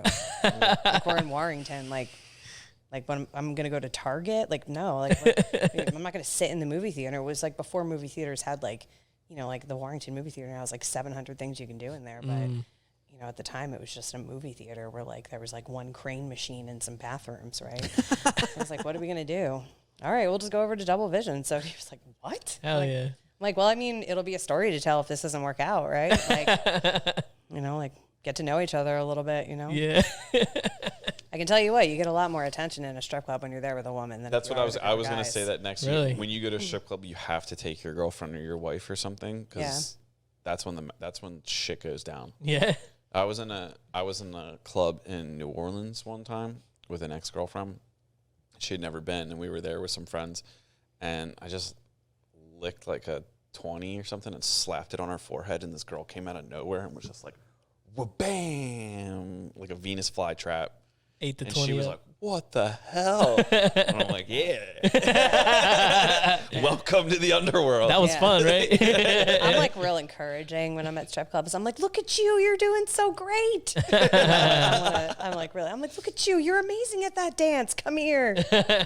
I like call them all over. I'm like, come here, let me give you some money. Like, look at you go. What's your name? Walk in those shoes, you're amazing. I think other than going into a strip club with like a good looking woman, the only thing that's like above that is going in there with a golden retriever. Oh God, yeah. That must be crazy. Yeah. Yeah. I mean, you remember Dan? Yeah. Like, I'm not going to say his last name. I always just said his last name on here. Dan Beauchamp. Yeah, Beauchamp. Yeah. He took his dog into a club one time. No way. That, He fucking would. yeah. I'm not going to continue the story, but it got wild. Whoa, Yeah. he fucking would. Dude. Yeah. Beauchamp's a beast. Yeah.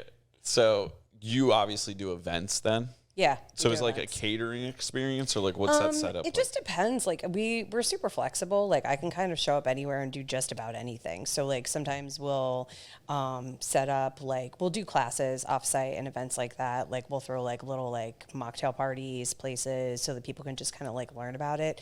There's so many people out there that just don't know what options are available to them. So like we like to go to new places where like people's lifestyles might be aligning like that. Like we kill at yoga studios. You know, that makes a lot of sense. Yeah, so like we'll do a lot of like little pop-up events at yoga studios because like people are usually like health minded or conscious of like certain things and they're interested in those types of things, but they don't know that they're literally right in their own community because so much of this stuff is very new. But then we do other things like we'll do, you know, set up like non-alcoholic bars at like baby showers or graduation parties, stuff like that, where like people want to have fancy beverages, but maybe the person they're celebrating can't drink or shouldn't drink because they're not of age and they still want to have like fun stuff.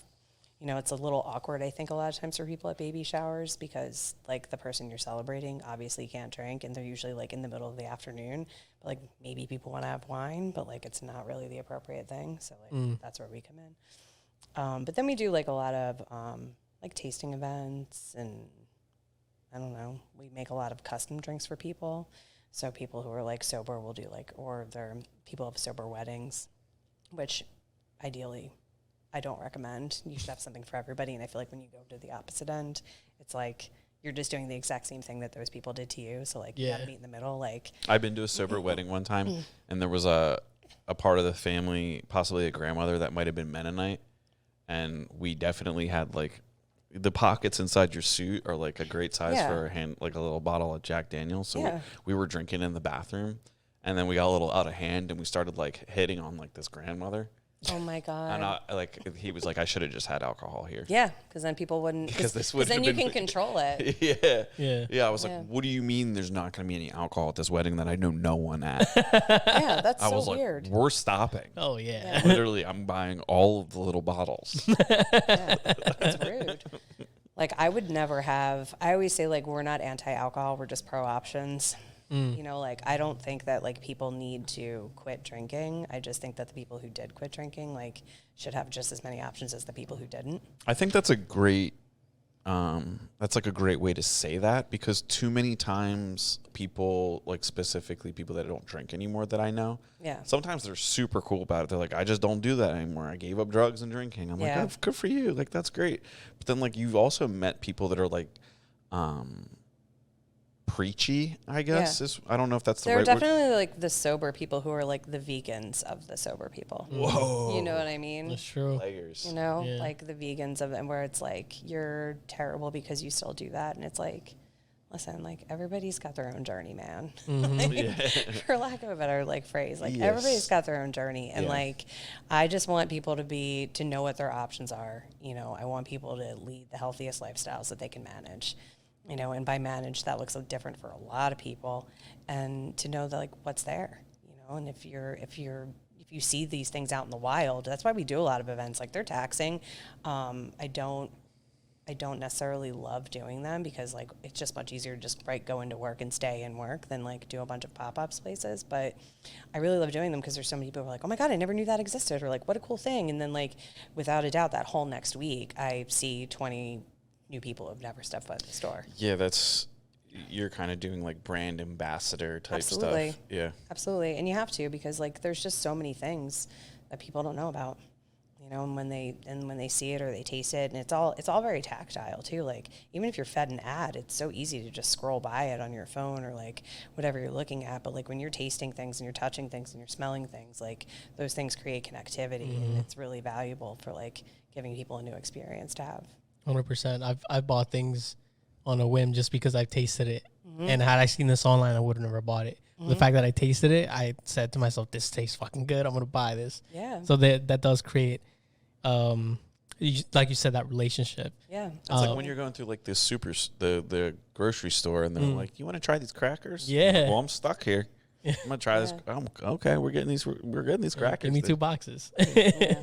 So Sure, it works. That's smart. You mentioned that you make custom drinks. Do you ever make elixirs, or say if someone comes to you and they say, oh, I'm looking for this, and that, are you able to then make that there, or do you tell them to come back some other time? How does that? Well, it depends on what you want. I mean, we have a menu of drinks that you can order from at the shop. Like if you don't want something that's on the menu, like we can mix up, or like I can mix up like a lot of different things depending on what I have on hand. Like I don't always have like enough things on hand to maybe make exactly what you want, but we try.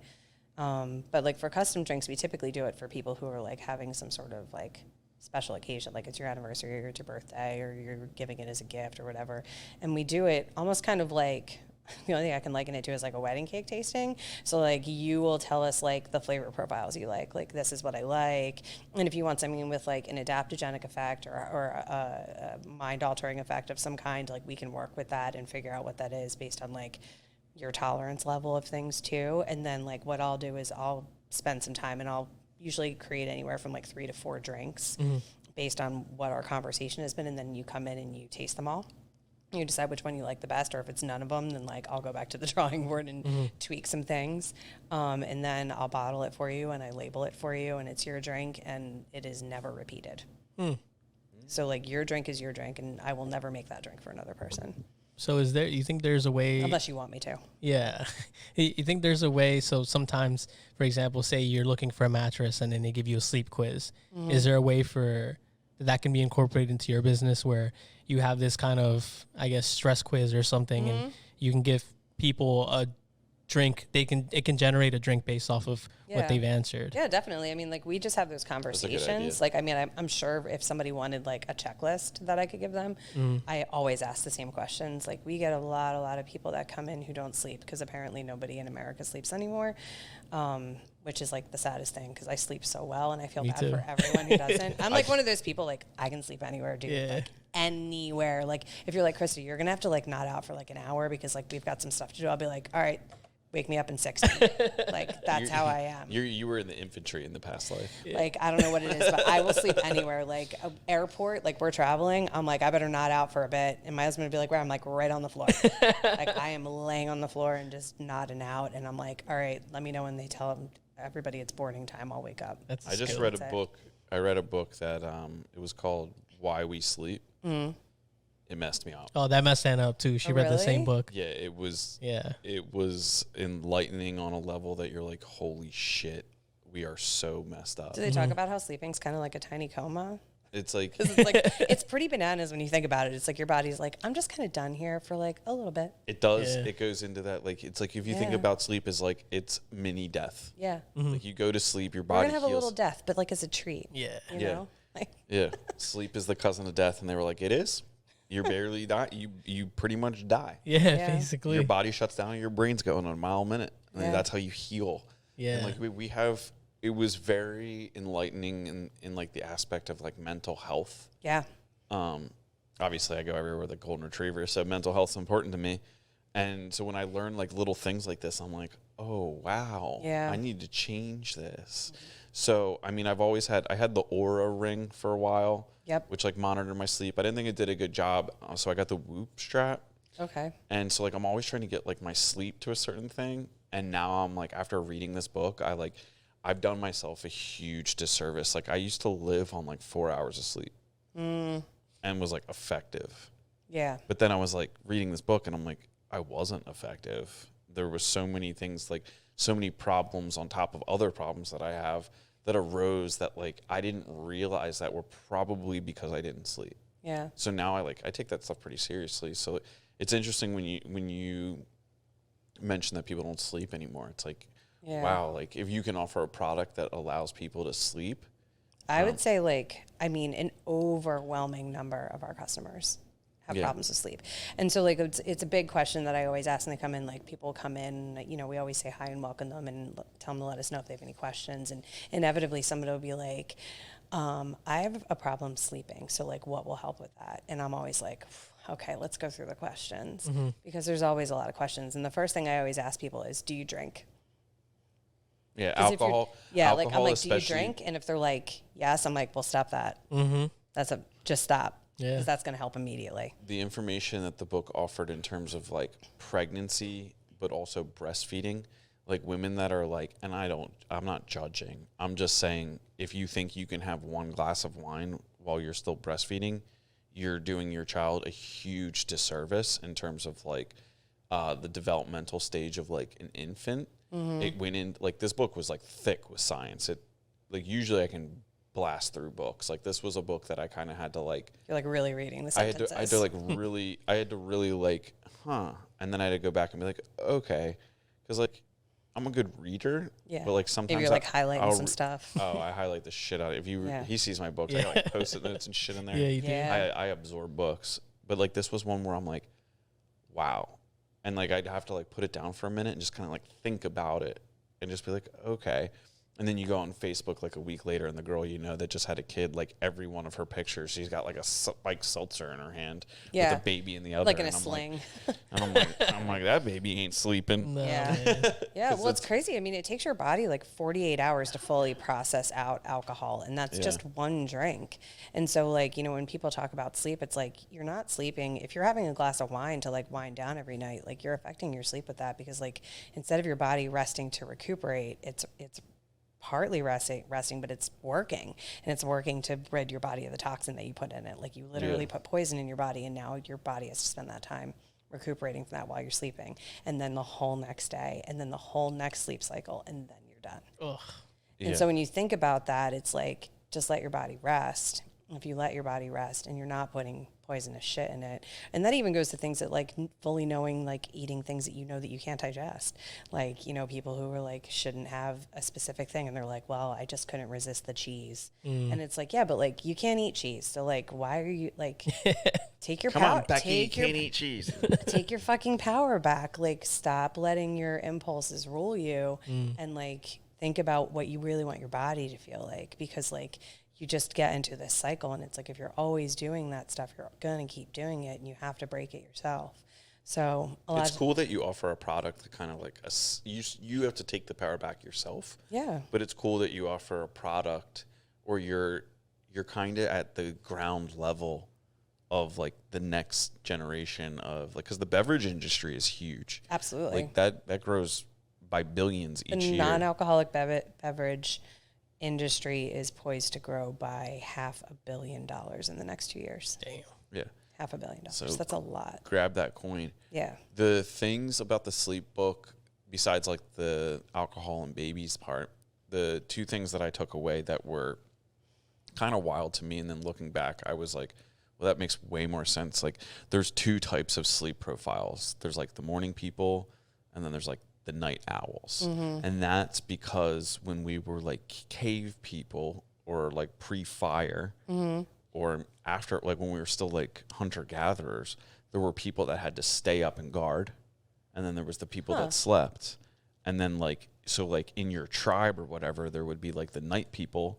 Sure. And then like you would have overlapping, like there would be periods where everyone's asleep, but it's like the hours that you're like least likely to get eaten by a bear.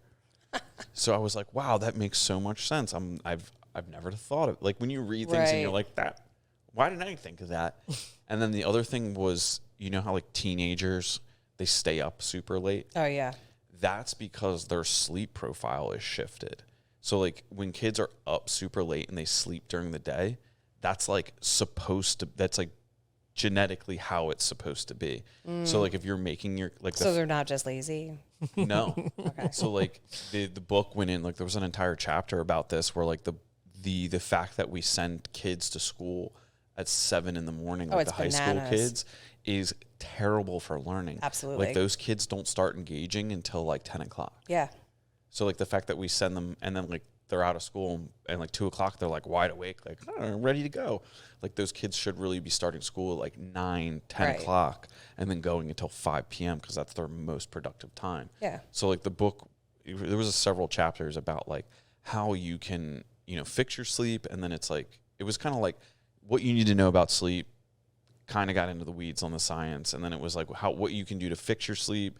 And then it went back into like the details of like embracing your sleep style. So like if you're not a morning person and you keep like trying to fix your sleep, but you're getting up at 5 for work, like you're never going to fix your sleep. Yeah. And it's really important at different stages in your life, like to really embrace those sleep profiles, because by the time you get older, like old people don't sleep because I'm not even gonna get into the science, but there's like reasons for that. Yeah, like old people are always up at like 5 a.m. Yes, so they don't like, but it goes into like what they can do, because brain health is so linked to sleep that like dementia and all of these things like tend to set in on people that like aren't good sleepers. I gotta read this book now. Yeah, why I'm we sleep, really intrigued. or why you sleep. Very Yeah. good book. Yeah, I it's mean, an like excellent I've book. always been a really good sleeper. Luckily, my kids are good sleepers. My husband, not a good sleeper, not at all. So like we talk about sleep with customers a lot, and so then like, you know, once we decide if they drink or not, the two things we kind of tap into after that is like, were you a person who is having trouble falling asleep, like you don't get restful, or are you the type of person who doesn't sleep deeply through the night? Because those are two different issues too. And people are, you know, one or the other almost always. Like it's very rare that people are like, oh, well, I never wind down and then I also never sleep. It's like some people are like, oh, I wake up like 2 or 3 times in the middle of the night. And other people are like, I lay in bed and I have racing thoughts. And like treating those two things, and I mean, like, we're not doctors, so we're not treating anybody, but like steering them to things that are going to be helpful for them are two wildly different products too. And you're like looking at the things that can help you with that. Yeah. So it's really interesting to like find out why. And everybody's kind of, there's a pretty good mix. Like, I don't think there's anyone more than another, but like, it's just always so sad to me and so shocking how few people are like getting their rest, you know, in this area. Maybe it's just, I don't know if it's just indicative to this area or if it's all over the country, but I think from my it's- experience, I it's think a it's lot here. Probably any modern society. Yeah. There's a lot of factors. Lack of exposure to sunlight. Oh, definitely, yeah. Sunlight triggers, especially the early morning hours, it like triggers your, you know, your system. I'm not going to get into it, but it's like there's importances: sunlight, then vitamin D, sunlight, you know, in synthetic form, the blue light. There's like certain, you know, You can get like daylight light bulbs for your house. Yeah. Like your light bulbs in your house can be like sunlight light bulbs or daylight Yeah, light bulbs. there's Philips makes a brand of light bulb called the Hue, and you can like change the colors. Yeah. We in our last house, we had the whole like you could change. It literally looked like a submarine at certain hours because like my wife's like a huge nerd, so like she read the book first, and then like it took me 2 years to be like, oh, fine, I'll read the book. Yeah. And like she would turn it down, like it would be like red in our house because like the light would like trigger all these things, and I'm like, you're nuts, but I love you. And then I read the book, I'm like, wow, she's cutting edge. We do that because a lot of the light bulbs in my apartment, they're all Google tunable ones. Yeah. So at 8 p.m., my phone goes from a blue light to an orange light, and then I turn all my lights red. Yeah. And one thing, because Anna read that book, and it scared her shitless, dude. She started, it's a scary book. Yeah, she started making all these changes in our lives. It's not it's not like a good feels book. No, like, it's not. It's like, whoa. It's like you've been It's a screwing smack it in up the face. all along, and only you can fix it. Yeah. And one thing we've been doing is, for the past, I would say, year and a half, is we don't sleep with our phones in our bed. We leave them in the bathroom somewhere else. We don't have any TVs in our bedroom. We have blackout curtains. We have a little sound machine. So we do whatever we can to make sure to tell our bodies it's time to go to bed. Yeah. Yeah. But that book is super helpful. You should should definitely read it. I feel like we do. I mean, without having read the book, like we do stuff like that at our house as it is. Like I won't do anything in my bedroom except sleep. Like I don't even get dressed in my bedroom. I have a separate room for that. Oh shit! Really? Wow, baller. Damn, that's crazy. I didn't think about that. But like my bedroom is strictly for resting. Nice. And so for me, it's like and I think that does really help trigger my brain that like when I go in there, this is the place where I'm going to rest. Like if I have time in the middle of the day or something, like I'm not just going to go like lay in my bed and read. Like I'm going to read somewhere else, or I'm going to there are different places for that, but my room is just for resting. And our youngest was having, not like sleep issues per se. He was definitely getting enough rest. Teenagers sleep like 13 hours a day. It's crazy. But it was a lot of broken sleep. But he was spending a lot of time in his bed. He's doing his homework in his bed. You know, during COVID, he's going to school and Zoom, and he's just like waking up like 15 minutes before school starts and like Zoom in his classes and stuff like that. And so he got really used to being in his bed. And I was like, hey, like, why don't you just stop spending so much time in your bed, and then maybe like some of your sleep stuff will get better.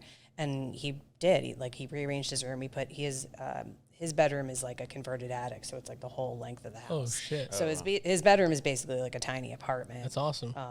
You know, and so he put his bed all the way on one side of the room, and it's like very designed differently, and that's like where he goes to rest, and the rest of his room is where he does everything else now, and he actually sleeps like much more consistently through the night. I mean, he's still a teenager who sleeps like in the middle of the day and stuff like that, but like he still will like go to bed, and he like makes it a point to like go to bed at a certain time, and he's like, and this is for how many hours I'm going to sleep, and like this is how it's going to be. And that was like a really big changing, turning point for him, was to like decide that the bed was just for rest. And once he did that, his brain was like, oh, that's right. Like, so now he says when he actually gets in his bed, he can actually feel himself start to get tired no matter when he gets in it, because his brain is like, this is where we go to do this. That's awesome. Subconsciously. So it's interesting, like how habitual we can become, like if we decide to make those habits really purposeful. People always forget that. It's like, yeah, like the first couple days is hard, but like after 3 weeks, it's a habit. Like that's the nature of how our brains work. Like 3 weeks in, you've made a habit, and like if you can just stick to that habit and not let that cycle get broken, like you're good to go. Like you had to pick up cigarettes every single day for a while and choke them down before you got addicted to cigarettes, right? So like if you could do that with exercise or sleep or any good healthy habit, like you can make it a purposeful and mindful thing that becomes something that doesn't even feel purposeful anymore. It's just the thing you do, right? Yeah, I guess we are very adaptable type. Absolutely. Humans are adaptable in both positive and negative ways. For sure. Yeah. Yeah. Without a doubt. Yeah, brains are powerful. They are. We can convince ourselves of anything, dude. Ghosts aren't real. Dude, they're real. Have you ever seen one? You know what? Do you really believe in ghosts? I believe in ghosts. Oh, really? For me, it's up in the air. I don't know. All right, let's have Julie come by. I'm not a ghost believer. Yeah, for me, it's up in the air. Yeah. I don't know. I'm like a very staunch atheist. Like, Okay. When we die, we die. Like that's it. Yeah. This is all we have. That's Yeah. fair. Yeah. Firm believer. I was raised Catholic, but Me I'm too. a very I don't begrudge anybody who has religion. Just like Same. I don't begrudge people who drink. Like Oh, I don't have whatever. religion, but I believe in ghosts. I'm like, It's just but fun. like I always think like whatever keeps you on the moral road, keeps you from kicking puppies and hurting kids, like please do that. Yeah. So long as it's a healthy outlet. So like, I still have very religious relatives, and they always are like, yeah, we know you're an atheist, but God bless you anyway. And I'm always like, I know that's love, right? Yeah. And so like, I always look at it like, I'll never tell somebody their belief system is wrong. I'm like, believe whatever you want, but also don't tell me that I'm wrong either. Like, just leave me alone and let me do my own thing. Like I think we're worm food, and that's okay. Yeah, totally all right. okay. Yeah, I think religion is practice religion is very harmful. I think being spiritual and being religious are two different things. Absolutely. So because I'm a spiritual being, I believe in ghosts. Shout out. Yeah. Yeah, dude. I'll shout them out right now, dude. Ghosts, what's up? I mean, there's probably ghosts in this building Yeah, for sure. if you believe in them. Yeah, if you believe in them, sure. They're everywhere if you believe in them. Yeah. It's just a big old ghost factory out there. Yeah. Did you ever see? They're everywhere. There's this comedian named Mark Norman, and he did this little stand up on the spot bit, and he was talking about how ghosts are too convenient. He's like, if there's ghosts, there'd be millions of ghosts everywhere right now. It's too convenient. Ghosts aren't real. I was like, oh, that's funny as shit. Mark Norman's hilarious. Yeah, he's funny as shit. Just the way he also says things, just like his tone. Yeah. It's just like you could tell you're like, dude, you might have some misfiring going on in that brain right there, but you're a funny guy. Because he sounds goofy, but his comedy's really dark. So Yeah. it doesn't match. So I think that makes it even funnier. Yeah. I don't think I've ever seen him. I don't know who he is. He's funny. He's very punny. He has a lot of puns sometimes. Sometimes, but his actual stand up comedy is pretty dark, and it's a little clever. But yeah, when he's on podcasts and stuff, he says a lot of puns and shit just to be stupid. Clever darkness. Yeah, exactly. That's what they call me. Whoa. Is that your Guatemalan prince name? Yeah. Yeah, Prince he's the Prince Guatemalan Clever ghost, Darkness. dude. Prince Clever Darkness is too long. No, Prince Clever. It's a first and last name. It's a title. It's just like Mr. PCD. Yeah. Well, yeah, like princes and queens and princesses. Yeah. They have like 17 names. They have long titles. I They're like guess. They do. Duchess of this is this, Keeper of the Crown. But like they all have like Yeah, I guess you're you right. get bestowed upon these responsibilities. You're Gilmar the Ghost, Keeper of the Clever Darkness. Like, don't you remember Daenerys Targaryen? Yeah. Look at all the names she had. Yeah, you're Mother of right. Dragons. Mother of Dragons, yeah. Yeah. Yeah. By the way, First that of her name, Queen of the Andals. Yeah, there you all go. That, all There you that go. Stuff. Oh dang! yeah, Game of Thrones is cool, but that other show they made fucking sucked. I didn't like it. What other? The new one? The House of Dragon. House of Dragon? Oh, I'm down with House That of Dragon. shit sucks, bro. I'm down But with it's that. it's a lot of There's It's a lot of incest. telling. It's a lot of very acceptable incest. But there's a lot of telling and not a lot of showing, and that's what I hate Like, about not it. acceptable to me as a person, but everyone's like, yeah, like, we want them together. And I'm like, they are uncle and niece. Yeah, it's a little gross, but Like, that's a lot. Yeah, but I'd like to think that happened back then, and that was I mean, it okay. definitely did. No, yeah, It definitely definitely. did, and it was okay. And that's why we're all okay with it. But in theory, like, we're championing in current day yeah, an uncle and a niece. Yeah, like I just wasn't a fan of the writing and the way they did the show. It's just, again, a lot of telling, not enough showing. They'd be like, "Oh, this happened 5 years ago." Oh, And I'm yeah, like, they do jump around. Well, then yeah. fucking show me. I don't know why you're telling me. Show me what happened. Yeah. Just do a little 5 years ago and then show what happens. It would have made it a little better. There's you know a how lot much of that would have exposition. cost? They have the budget. Yeah, it's HBO. What the fuck? They're not poor. I don't want to hear that. It's not like it's the first season of the first show. Spending Like, it's somebody a else's spinoff. money. Yeah, it just wasn't my favorite show. But Game of Thrones, dope. Yeah. That new show, I would not watch it and be fine.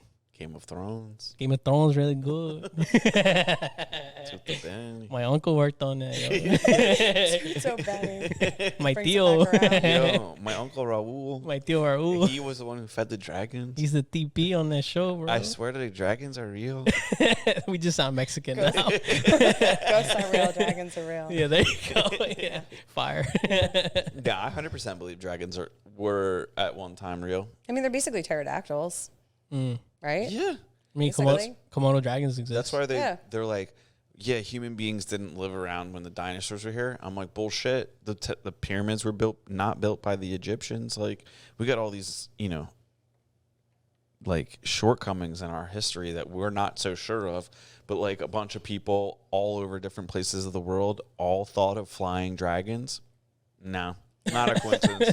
No. Those things were flying around eating people. Exactly. It's lore, right? Yeah. It's all lore. Also, dinosaurs probably have feathers.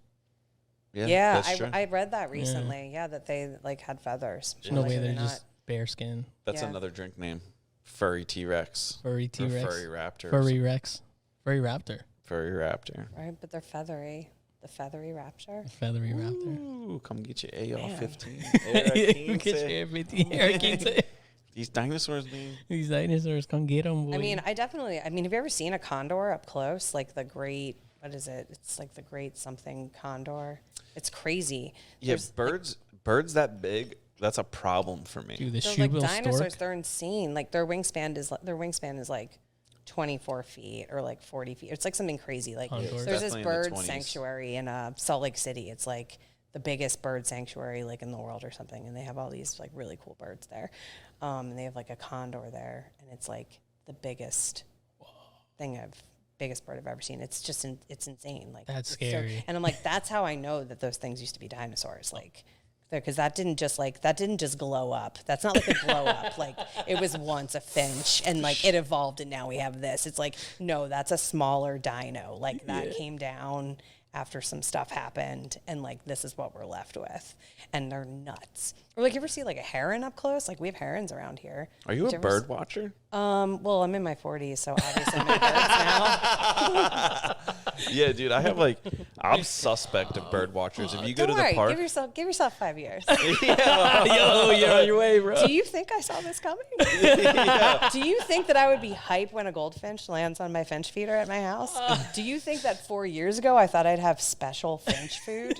It sneaks up on you, and but all that's of a because sudden you have a store down the street Yeah, from you the bird feed it place. happened before the bird feed place. That just sweetened the rental. It could happen way If before. they that. knew about your bird problem, Oh my God, you don't even know, dude. Like, I'll buy like all kinds. I'll buy like the spicy bird feed because birds don't taste spice, but squirrels do. So the squirrels won't eat it because it's too hot. yes, you got squirrel diarrhea all over the place. No, they just don't eat the food. They won't eat the birdseed because it's spicy, and squirrels don't like shit spicy. Yeah, Yeah, dude, there's they some don't like it. spicy eating squirrels out there. Yeah, if they're hungry enough. It depends on how spicy the food is.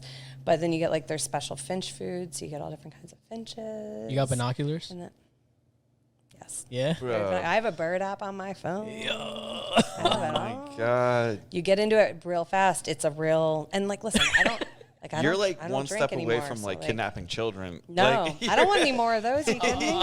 You like got binoculars, like No. spotting birds, like a No, we Like got a our house. birdophile We over got our here? house designated. Our house and properties designated as a wildlife refuge. Did you buy it like that? No, you have to do stuff to get that designation. Oh man, that's So awesome. like if you Stuff. sell the property to me, does that designation like prohibit me from doing Only if certain you things? maintain it. Like you could just like not have it. You know, you don't need to have it. You could just be like, yeah, like get rid of these bird feeders and like blah blah blah. That's But, like naming a star after you're somebody. Yeah. Like, you gotta like keep paying the fee. Exactly. Or adopting a manatee or something. Yeah. So like, My brother has a manatee.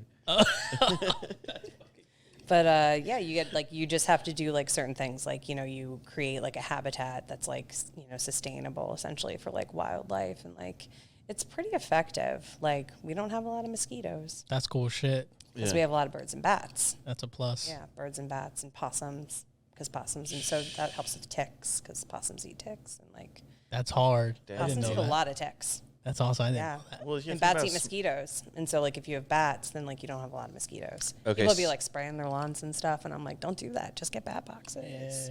Yeah. Plus, you have bats at night, and that's cool. Yeah, that's cool as don't- fuck. Like, It Nobody seems wants funny. to come over if you've got bats. Nah. I can tell I you don't- that. It's a good way to keep people away. Yeah. I don't get down with all like the mosquito sprays and stuff like that. Like It kills other stuff that's really beneficial. and they're always like, it's non-toxic. I was like, you're walking around spraying smoke out of a leaf blower, killing mosquitoes. How are you telling me this isn't toxic? Like, listen, even if it isn't toxic to us per se, like, it's still toxic to a lot of other things. It's not natural. And, like, it's not natural. Like, you're not going to tell me that, like, you're spraying that and, like, you're not, by happenstance killing, like, really positive things like bees.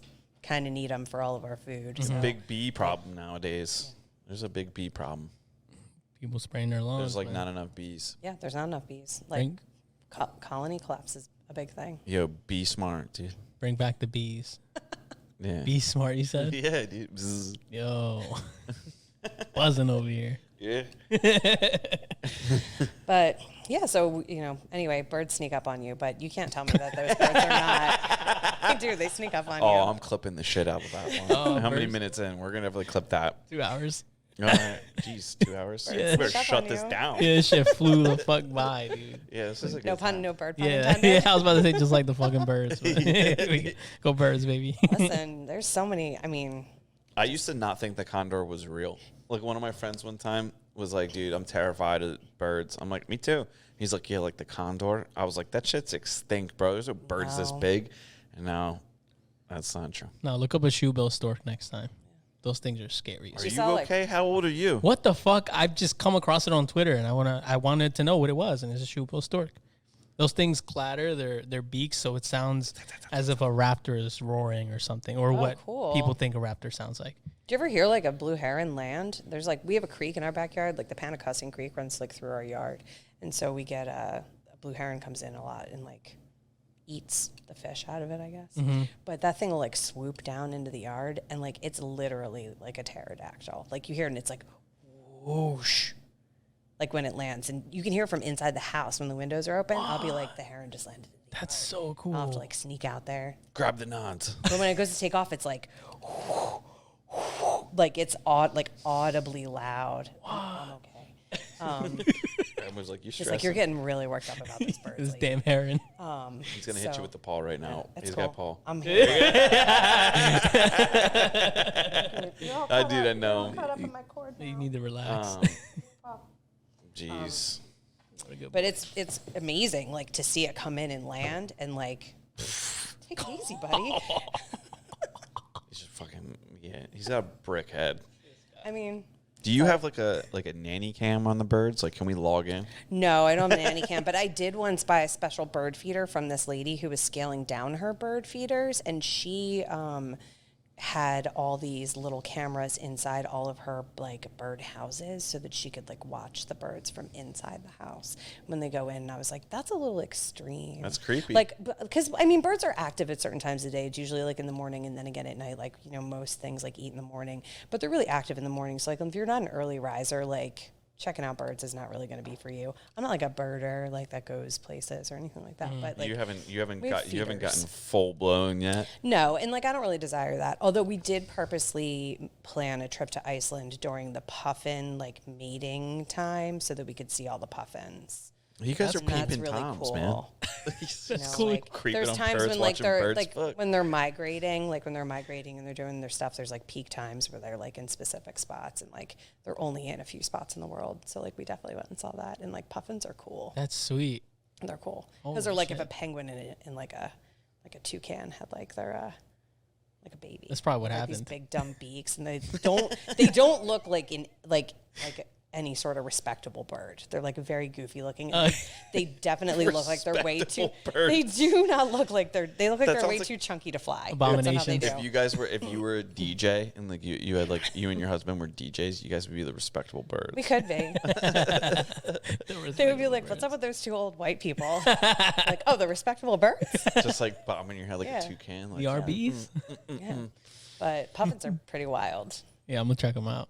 I'm gonna start watching birds. This episode took a turn that I was not. You did not think that I was. I wasn't ready for it, and I lost control like around an hour. Just be glad 30 my minutes. sister's not here. She's a self-defined bird nerd. Oh, that's where it comes from. Runs in the family. Yeah, she's a bird nerd. My husband's way worse than me about the birds. Oh, like, shit. He's really like if I don't get the right food, he'll be like, "This isn't the stuff that they like." This is shit. And I'm like, "They're wild birds. Like we don't have to feed them at all." Be like, I asked. Like, what if we didn't feed them? Like, we went 15 years before we started feeding birds. for We've real. been together. Like, we've been together almost 20 years. I'm like, 15 years, we never fed a bird, and all of a sudden now it's not the right food. Like, they'll be fine. He's like, I asked for the uncut. Yeah, like, that's the uncut. He'll be like, you got to get the one with the sunflower seeds in it. What is this stepped on? I want that Colombian uncut. You know, those Sunflowers. mourning doves love those little seeds. The squirrels are out there like. Tweaking. Squirrels are the spicy. worst. Yeah, fuck squirrels. Bro. Squirrels are the worst. That's what I'm standing on. Fuck squirrels, bro. That's what I'm like, standing is that your Yeah, dude. platform as the king of Guatemala? It is, Fuck dude. squirrels. Fuck these birds, bro. I had a photo some shoot. birds, you got to be careful with that. You can't shoot most birds. Yeah, you're right. I can't shoot most birds. Or get caught too. Shout out the Eagles, you know what I'm saying? Yeah, I had a photo shoot, a family photo shoot, and I did it at a park. I think it was last weekend. And there's a squirrel that was protecting its nut, and it was trying to square up with us. It wouldn't leave, and it kept approaching us. So I had to pretend to kick it, and it just stood up even taller. I'm like, oh, the squirrel He was wants not to. going to be intimidated That's why. by you. Yeah. That's why I keep the wrist rocket in the truck. Oh, I should have had a wrist rocket on me. All I had was my feet. Dude, that slingshot comes in handy more times than I care to admit. The husband uses a BB gun. Ooh, Yeah, when the squirrels climb up on the feeders, he's like, "That's it." BB guns are Getting it. fun. Because like they're down low, like our upstairs floor. He does it from like the bedroom. Hell yeah. Oh, so yeah, he takes the high ground. Yeah, he He's takes got the a high s- ground. Does he got a And he scope? like lifts the window up, like because they can't hear him. You know, he's got to like lift it up, and he like points it out. He like set up a target like right near them so he could practice and get like the sight right on the BB gun. It was hilarious. I was like, "What are you doing?" Speaking of older people that don't sleep, my mom listens to the podcast. Shout out. Shout Yeah. out. And she used to let us before we had BB guns, and we were more lethally equipped. Yeah. She would let us shoot the squirrels with our paintball guns, but like we didn't like grow up in a place where they're like you had to be like. Let's just say we had to knock on a few neighbors' doors and apologize. Yeah, be like, for "Sorry." like we missed the squirrel and hit your window. Just like they're eating breakfast, your Windex in the window. I'd be like, Yeah, see, you're old enough like me, and Gilmar might not be, but like you're as old enough like I am, where like your parents still allowed you and thought it was cool to give you like weapons as toys. oh yeah, Like dude. we had like weapons. Like We my had- dad, like for Christmas one year, like we all got like BB guns and crossbows. Oh, shit. And like legit crossbows, and like we were literally running around the house like shooting each other Yeah. like animals. Like it was just crazy. And my dad was like, "This is great. Look at all this stuff." Like I could never even imagine giving one of my kids like a crossbow Yeah. as a gift. Yeah. Here you go. Here's an extremely dangerous weapon. Use it wisely. we learned the importance of clearing the chamber with an accidental discharge in a paintball gun. In my bedroom, it like missed, like it shot into the closet at the back of me. My brother were both like, "I thought it was unloaded." Good thing you learned early. I was like, "Damn, dude, 12 years old is rough." Yeah. Well, we'd come out there and we'd pop the one window open, or like we'd both go and be like, slide the glass door, and somebody be up at the top, and we would just blah, blah, blah, blah, blah, blah, and the squirrels would be like, "What the fuck, dude?" And Squirrels get lit up, dude. Yeah. And it They're like doesn't- running away and they're like neon dots Yeah. like on their bodies, like these yeah, and splats. they would like get on the one side of the tree. You would just be like all right, dude, hang out in that birch tree. I'm just going to go down here on the low point. Get out, Doing the dude. double taps. Sadistic. That's crazy shit. What? But totally okay. Yeah. Totally okay. I turned out all right. No, we didn't learn about BB guns till I went to Guatemala for the first time. And over there, anyone could buy. I was fucking 11 years old. They were letting me buy BB guns. Yeah. So my brother and I would be packing BB guns, dude. Just fucking Yeah, because they were so cheap. So we'd have 3 at a time, dude. We'd have to walk down to the little town. And sometimes walking back, it'd be 8 p.m. and it'd be pitch black over there. There's no street lights, just crops and dirt roads. So my brother and I would have a little laser sight on our BB guns. If a dog runs up on us, just fucking shoot it. Yo. Dude, dangerous times, dude. Yeah, but those were like street dogs. Yeah, Yeah, street these are dogs street are dogs. different. Let's Street clarify dogs will these. chomp you. Yeah. This is like, you did this to like protect yourself. You weren't just like sadistically Maryland. No, You weren't like dude. walking by people's like fenced yards and being like, No, I was not doing that, Yo, dude. what'd you say? Bark again, barking at me from behind that fence. King Kong ain't got Yeah, shit. right. No, these dogs used to run out of the crops, dude. Just fucking hit one and run away. Dogs of the crops, dude. Yeah, the dogs would run out of the crops. And you don't believe in ghosts, dude? Nah. Well, I don't know. It's up in the air for me. It's up in the air. It's not Dude. saying definitely yes, not definitely Yeah, no. that's how I just don't know. Yeah, dude. I don't know. Another episode though. Yeah. Whoa. Ooh, you know why I do believe in ghosts now? Rambo. 9. There's a ghost in here. Dude, you're not supposed to be barking, buddy. That was nuts. Usually like- when he barks, he's scared shitless, so that's kind of concerning. There might be somebody sneaking up on us or a ghost. That's definitely a ghost. It's probably a ghost. Definitely a Yeah, ghost. I'm a believer now. I feel We it. just like and the podcast just ends. It just like cuts It out. just cuts out. The lights go black. I'm a believer now. Yeah. Yeah, Rambo sees him. If the dog sees it, it's true. Yeah, you're right. Dude, thanks so much for Yeah, coming thank you on. for coming on and I feel talking like about we gotta everything. end this out, or we're gonna be here all night just yeah. shooting the shit. It's gonna be a 2-part episode if we don't shut this down. I mean, we'll do it. You guys should have my husband on next. Not next, but he's good to talk to. He's got a lot of stories. Yeah. Oh yeah. Oh yeah. He's very cool. He was raised by like drug dealers, and Mama Cass used to be his babysitter when he was a kid. Oh no way. He's really interesting. What the Oh fuck? shit, Yeah. Jonah. Dang. We're after He's a you. musician too, like as a profession, so that's kind of fun. Oh shit! No Yeah. way. Wow. Yeah, you should Jonah's talk to him. on. Jonah's on. You should message him. Yeah, we're booking it. Yeah, Thanks so much for coming on and Yeah. sharing your story. of course. This is Happy great. to do it. I'm glad. Like, I'm definitely coming through to get some non-alcoholic beverages. Yeah, me too. I'm gonna feel less anxious and I'm gonna sleep good. It's true. I'm gonna We lift get you me up. full of like L-theanine and ashwagandha. Ooh. Just drift off to bliss. Yeah, I'm gonna start getting that for Anna. School's getting to her, so she needs some. Last night we were trying to go to bed, and she was like, "I'm a little anxious right now." Meanwhile, I'm half asleep. I'm like, "What? You know what they say? What?" School's for fools. Yeah, right. Oh, Damn, fucking. But yeah, I want to get her some of that stuff, so Yeah. I'll pop in. We'll Yeah, come definitely. through. We'll organize a meetup. Yeah, We'll come in and get that AR-15 in us. yeah, dude. Cause loaded. I'm like really tooling that one around in my head. It's not a joke. think about it. No, yeah. If you want something virally marketed, we're your guys. If you might upset a few people along the way, It but doesn't you'll get matter. noticed. I Fuck upset it. people like pretty much every day. So I'm Shout used out. to it. Yeah. You're living life. Yeah. Yeah, Because you I live just, life. you know, I don't really know how to like. People are not easy to tell the upset these truth. days. Yeah. Yeah. Yeah. They're soft. They haven't been shooting squirrels with BB guns and stuff since they were Yeah. children. Get tough, dude. Yeah, grow up. Be a Get pussy. Yeah. Yeah, be a Be a pussy. pussy, bro. Come Exactly. on. Be a pussy. Be a pussy. Stop be being tough. nuts. Yeah, dude. Take a beating. You gotta take a beating. Oh my God, greatest ever. I Yeah. can't wait. I'm gonna run wild with that. Yeah, let's go. It's gonna be You just have to great. start telling people, like, don't tell them to man up. Be like, be a pussy. Be a pussy, bro. Do it. And I hang out with like a lot of fighters and jiu-jitsu athletes and stuff, so I'm taking it to the camp. Yeah, Yeah. there you go.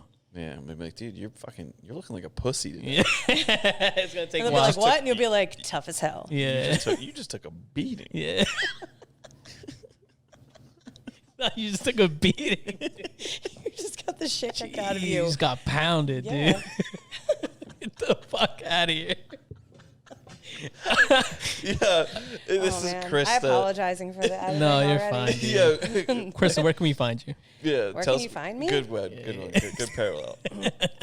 Like Like physically or on the internet? On the internet. Will Put it you out there. follow us on Instagram? We're very, very active on Instagram. We post almost every single day. Anytime there's new stuff in the shop, anytime we have an event going on, anytime we even like something, we try to repost all the other local businesses that like we do things with or don't do things with, and we just like their owners. So like we're pretty good about that.